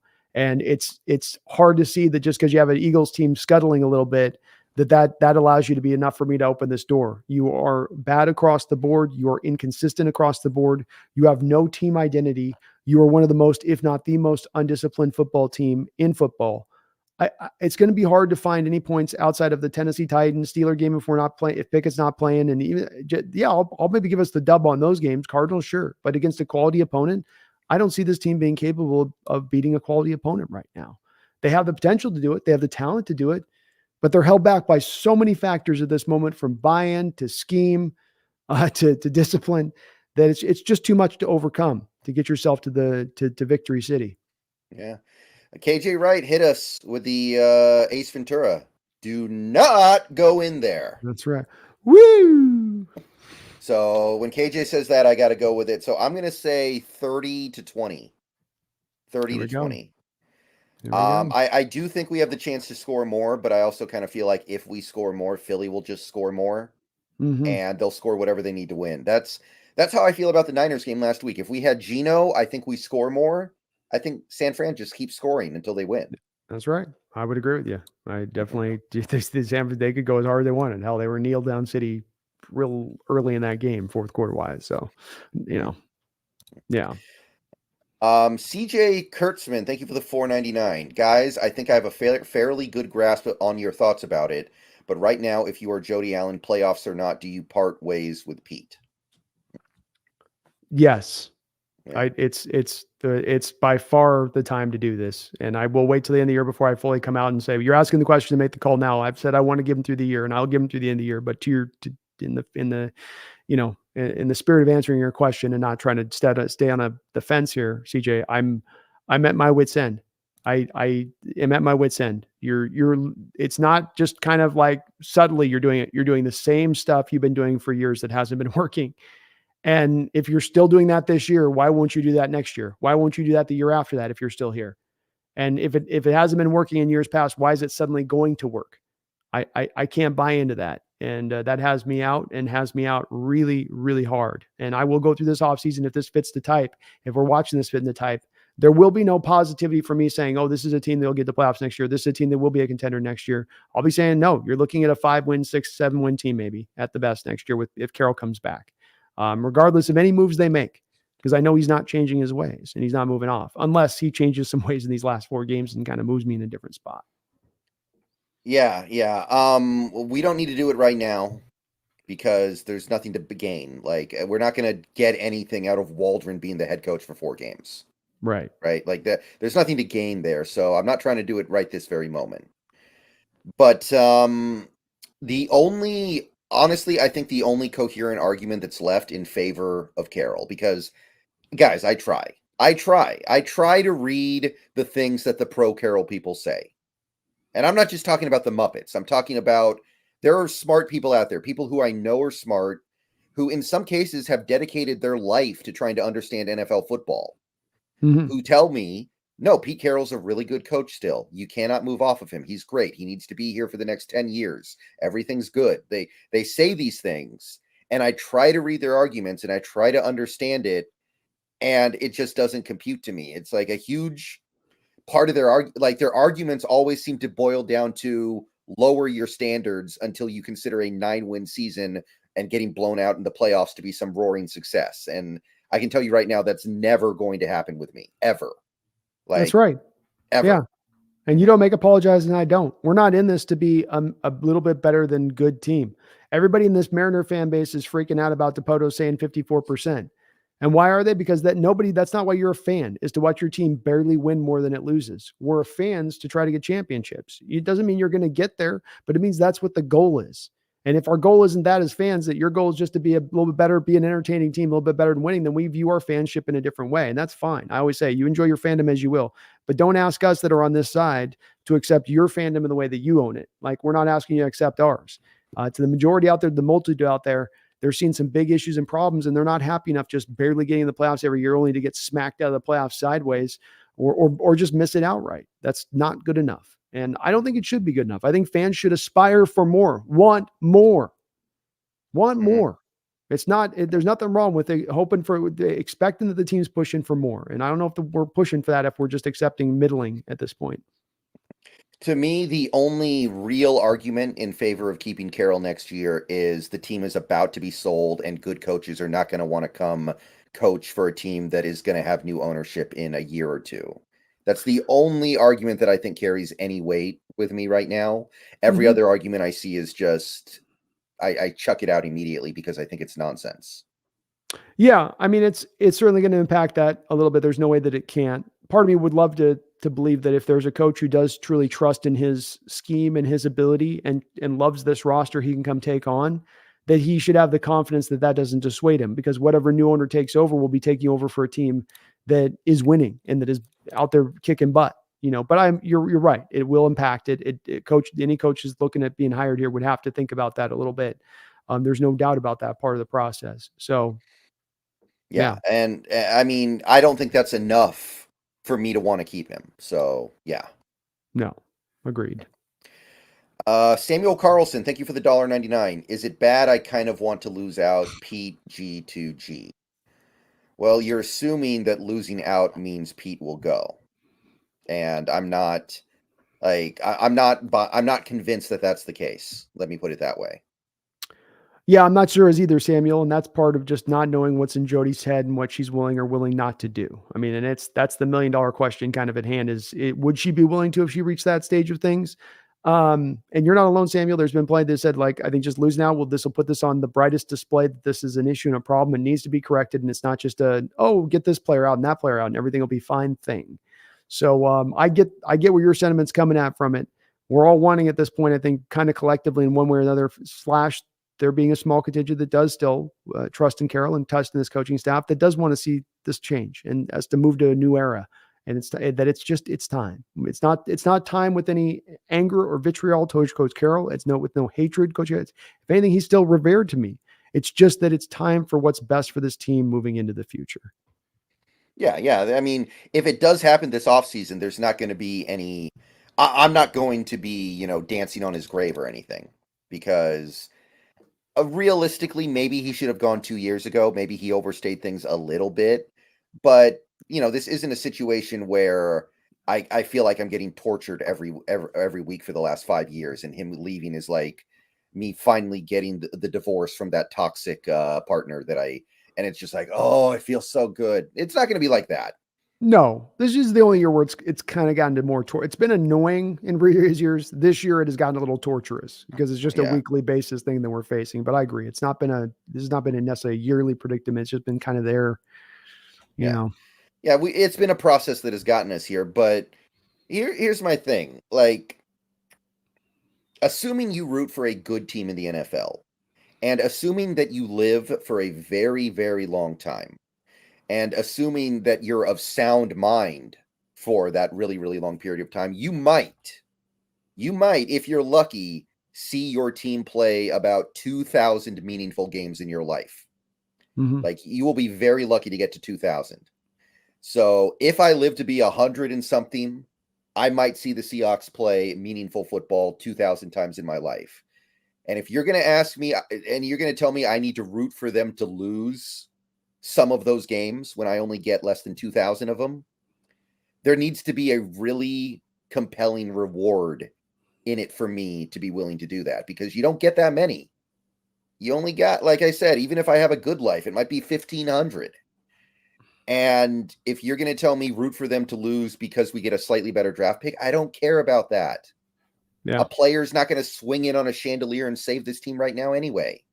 I don't care about the draft pick. So if you're going to tell me we're going to root for the team to lose only to find out at the end of the year that, oh, Carroll's back and there was never any thought of firing him because Jody doesn't care, then I'm going to feel like a schmuck. I'm going to be like, man, I rooted for my team to lose for nothing. So that's not happening. I'm not on that wagon right now. Yeah, I think Brennan puts it well for me too, Samuel. I'm probably in the same stage where I just can't unless I know. If I know I was getting Caleb Williams by losing out, yeah, maybe you could sign me up for it. But that we don't know that it'll bring about that change makes it hard to do that, especially as we are still in technically the fight for this playoff in the playoff hunt right now. Right. Let's see here. Feed me more. Thank you for the $2. You think it's Jamal knee from holding him back? It's a lot of things. It's a lot of things, feed me. It's the knee. It's physically, it's probably as much as the fingers, right? He's got his fingers fused together. Does that mean now he's trying to put his shoulder more into the tackle than wrap up? Because when you wrap up, there's much chance that those fingers get caught on something and you end up breaking it again. Because remember, after he got it fused last year in training camp, he broke one of those fingers in training camp. So is there something to him that he's worried about those re-breaking by wrapping up? Is the knee also preventing him from being probably at his fastest and most athletic? 100%. 100%. Part of this is why, though, my issue came into play a little bit with the running back with Jamal. This is one of those things, again, for me, Brendan, of what you know in the background. The team with the physicians knew in the background that this knee was going to be dodgy throughout this year. And yet you were still going to pay him at the salary you paid him. You're still going to hold out hope that this thing would happen versus really reading the reality of what it was, which is that Jamal's never going to be back to 100% again. This great investment in the safety position has not really worked out so far to this point. You still have Quandre you're spending a lot of money on. Post June 1st, designate him right now. Call it a day. But the team's holding on with that hope, which you could have kind of seen this coming a little bit. And it's why I don't have much faith in the future. This has been an injury. That ligament went alone. Say nothing of the shoulders. Say nothing of the groin. Say nothing of the fingers. That ligament injury alone has ended many NFL careers on its own. You put it all together for me, and this should have been a choice that at the start of this offseason, you went, okay, we need some extra money to spend post June 1st and then call it a day. I don't mind. I don't have a big problem with them deciding to keep him for this year, but I'm going to have a big problem if we decide to keep him for next year. I'll put it that way. Like, I understand the thought process behind keeping him for 2023. But this should not be a hard decision right now. Yeah, agreed. This is a no-brainer. Mm-hmm. Taker, thank you for the $2. Guys, I think we blew it passing on Levis. Well, I like Levis. I'm a believer in Will Levis. I am. Levis is fine. The issue comes back for me on this, Taker, is this. Levis was at college, and it was really hard to assess Levis because he was being hit and smacked all around the place, and then he was making poor decisions from getting smacked and being around too much, and he had no supporting cast. If you brought him here to the Seattle Seahawks, he's going to get smacked all over the place with this offensive line. If you put a rookie quarterback behind a 28th, a 29th best pass protecting offensive line that also cannot generate any holes in the run blocking game, that is a quarterback that, whether they're talented or not, is probably likely to fail. You've got to, in my opinion, Taker 610, create the conditions first ahead of time to then provide that quarterback with success. Why did Dak Prescott have some of his greatest success first walking in the door? Why is Jalen Hurts on his first rookie deal able to get to the Super Bowl? Because you had an offensive line in front of him that was top-notch all the way around. You got to give Levis that. If you gave Levis the same kind of line that he was getting at Kentucky, and he's getting hit on half of his dropbacks to 54, 55% of his dropbacks, then that's not going to work. That's not going to allow him to succeed or flourish or overcome that. I think he ends up getting injured. He ends up getting bad. He ends up having bad habits created. Get the line done first. Get ourselves to at least middle of the road before we start looking at quarterbacks saying we got to have them so we can put them in a position to succeed. Right. I also argue that it didn't make a lot of sense to take a 24-year-old quarterback in the first round because we would have had to spend a first-round pick on him. Because he went at the very top of the second, when you just signed a veteran quarterback to a very reasonable contract in Gino Smith. Yeah, I think if you're going to go for the Levis thing there, you don't sign the Gino thing too on the other side. I agree with that. Yeah, and I know some people feel the way that they feel about Gino, but I maintain this is a very much a grass is always greener on the other side thing. Like, if you put Will Levis on this team in place of Geno Smith this season, the results are not better. And in fact, they're probably much worse, I think, because he's a rookie. Agreed. Yeah. I just don't think he would. I think it's tough sledding for any rookie QB you put on this team right now with this line. Feed me more Seahawks. Thank you for the $2. Does Pete forget that Walker is a big play machine? Well, I mean, he's been hurt. I don't think Pete forgot. It's just you can't give him the ball when he's been hurt a lot. Yeah. I think it's more hurt. He's had a couple of injuries this year that's taken him in and out of the lineup a bit. Board Skyler, thank you for the $9.99. Brendan, will you forgive me? I don't know who he's talking to. I don't know what he's talking about. Brandon, do you know what's going on here? I don't know, Skyler. That's he put an E in on that one, buddy. That's you. Yeah. I'm the O-N. No. I'm BRENDON. So I see. Maybe there's a third Brendan out there. No, that's got to be you because I have only the A and the O. You got one of the E's in there, so that's got to be you. He's saying that to you. Yeah, I have no idea what you're talking about, Board Skyler. Sorry. Well, just forgive him. Tell him you forgive him at least. Yeah. No, I have to trust Old Me. If Old Me said I'm not going to forgive him, I got to trust that guy, you know? All right. No forgiveness for you, Skyler. Don't worry about it, Skyler. It's all good. Samuel Carlson, thank you for the $4.99. If the Patriots are willing to move off Bill, who has won more Super Bowls and more recently, then Jody needs to take a long look at our coaching staff. Yeah. Yeah, the loyalty thing that we seem to be applying with Carroll is just an unusual one that you don't see across the NFL. And I know some Hawk fans are like, well, he gets to write his own ticket with this, but this is not the standard. So when you bring it up to say he gets to write his own ticket, you can say that, but you're asking for something to occur in the NFL that doesn't occur anywhere else then but here. And then you have to ask yourself, if that's the case, is that the smartest route for us to be the one team that decides to do that and helping us to be a winner again? And you're right. Bill Belichick is all but out the door at this point. It's a foregone conclusion that he is no longer going to be a Patriot head coach moving into the future. And this is a man that won a Super Bowl 3 years ago. Doug Marrone has more playoff wins than Coach Carroll since 2017. Does Doug Marrone have a head coaching job right now, Brendan? I mean, he's got the 2 wins. He's gotten to a conference championship. Maybe he's the head coach at Lenore-Ryan or something. Maybe he's the head coach at Incarnate Word. Exactly. Or Samuel, we got the Eagles example. Here's another one. Eagles go and win a Super Bowl. The Philly special. Magical team. Move off their coach within a couple of years. NFL in the modern day, in my opinion, if I have to summate the NFL, Brendan, if I have to put like one word to describe the NFL in the modern age, it's aggression. Aggression in moving for trades and building your team as strong as you can. Aggression in seeking out the best coaches. Aggression in moving on what is not working. It's not that every choice you make is going to work. It's that when you realize you made a choice that doesn't work, you don't hold on to it with 2 hands and bring it into your body and hold on and hug it with a death grip. You release it and go and get something else new and move. Move. That's what the NFL is about. Keep moving. Keep adopting. Keep modernizing. Keep going. Don't get stilted. Don't get stuck. And that's where we tend to find our organization, as in my opinion, stands right now. Yeah, there should be no sacred cows if Bill Belichick's not a sacred cow. That's right. Amen. That's 3 years ago. That's That's a third of the time, less than what we're waiting. We're 10 years of Carroll back. We've given him 10 years. The Patriots have given him 1/3 the time to Bill Belichick, who also has 6 freaking championships. Carroll's got one. But here's this guy who's got way more championships, regarded as the greatest coach of all time. They can't get him out of town fast enough at this point. Because when it's not like we talked about a second ago, my final point on this, like we talked about a second ago, Brennan, call it an innate feeling, a gut instinct.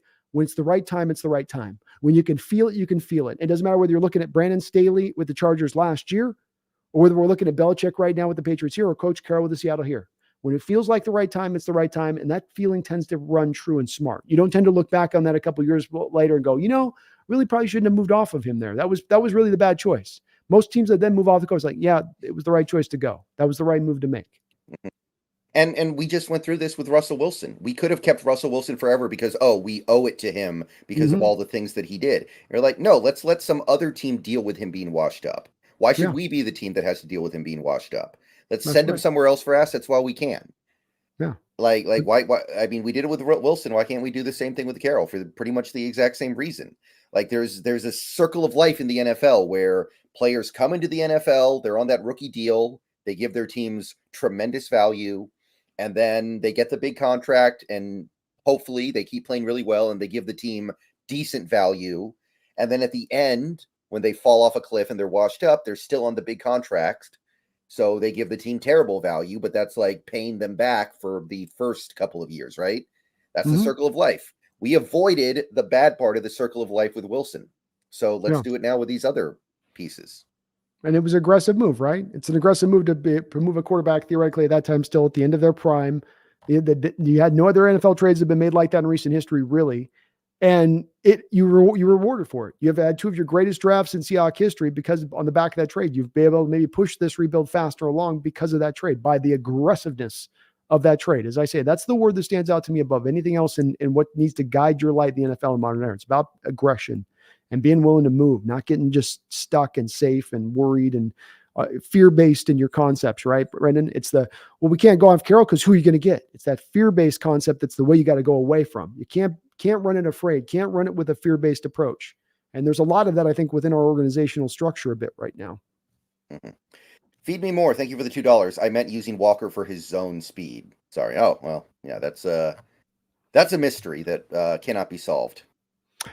Like I said, I don't have an answer for that one either on that Feed Me. I don't know why they don't use more outside zone runs. I don't know why they don't get Walker to the edges more often. They love their A and B gap runs, man. That's where they live. Taker, thank you for the $5. I get where you're coming from, Brando, but I feel we've addressed the O-line with several picks in the last 2 drafts, and injuries have played a role. Well, I mean, where we have definitely addressed it in recent drafts, but that's also taking Taker 16 from a standpoint of understanding that it was in complete disrepair when you started up the rebuilding of this offensive line. Charles Cross is functioning in there well. Abraham Lucas is functioning in there well. But the bottom line of that is that you're going to end up this season somewhere between 28 and 32nd in your pass blocking efficiency.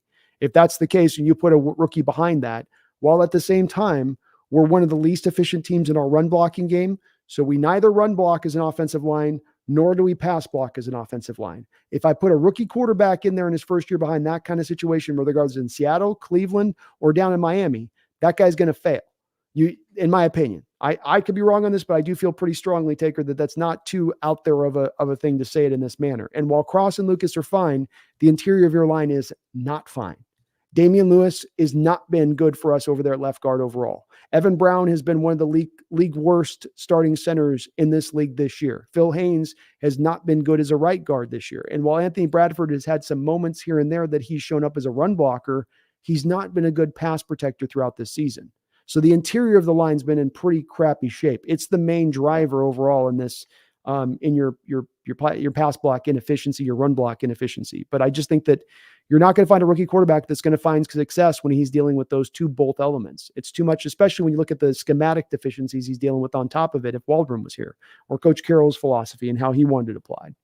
Yeah, and half the picks that we've spent on offensive linemen, we have not reaped any rewards on because Oluwatimi isn't the starter yet. And Bradford, I mean, I know he's playing, but we all knew he was going to be a work in progress. We all knew this was going to take time because he barely played even in college. So yeah, those picks were great. The Bradford pick looks like it's going to be really good. I believe in Bradford as a long-term right guard solution, and I believe in Oluwatimi as a long-term center solution, but we haven't seen that happen yet, so we can't just assume it's there yet. And we also don't know with Lucas too, Taker, where's his knee at? Where's he? He's missed majority of this season with that knee injury. He missed a couple games last year with the knee injury. Is that a chronic issue like they said it was this year? And chronic is the word they used. Well, if it's chronic, do I get a count on him in the future as a guy that's going to be able to start and get out there for 17 games a season? Or is it really I'm going to be looking at like 6 or 7 games a year out of him, and I got to go find a backup like Curhan or Stowe Forsythe that I got to count on playing behind him at that point? Yeah. I have no problem admitting, though, that the season from the offensive line has had a lot to do with injuries. Like that's I got no problem acknowledging that. It's not, by the way, it's not just about the players you lose. It's also about we have a new starting offensive line every week, so there's no synergy. These guys can't get any rapport together, so that affects things too. Like, don't get me wrong, the injuries have killed the offensive line this year, but I don't think that necessarily means the healthy offensive line would have been amazing. Yeah, I don't think that. I mean, as the line's gotten healthier in the last few weeks, it's not like the offense has suddenly taken some huge major step forward. So, I don't think. I think the line is what it is. It's getting better, but you were taking it from a 0 point. You had Dwayne Brown leaving. You had no right tackle. You had no center at that time. You had moved right guard Damian Lewis to left guard. It was not just in bad shape. It was in league worst shape, and now you're in. From 32, you've gone to like 28, 27, but there's still a lot more work to do, in my opinion, to put more of a functional environment in place for a rookie quarterback. And I have seen so many rookie quarterbacks that have been put behind bad offensive lines that have failed and have had horrific traits and bad habits that were built by them being put behind those offensive lines. And remember as well, again, not just the offensive line you're bringing with Levis, not just the fact you can't run block, not just the fact you can't pass block. It's also that you have one of the most milquetoast, boring offensive schemes you're applying in the modern NFL. It's all three of those things going together that would make that to me a failure for Levis here. I liked Levis, but you've got to get those things fixed before you go get your quarterback, or you're not going to be able to, not only are you not going to put the quarterback in a position to succeed, then you can't properly evaluate the quarterback.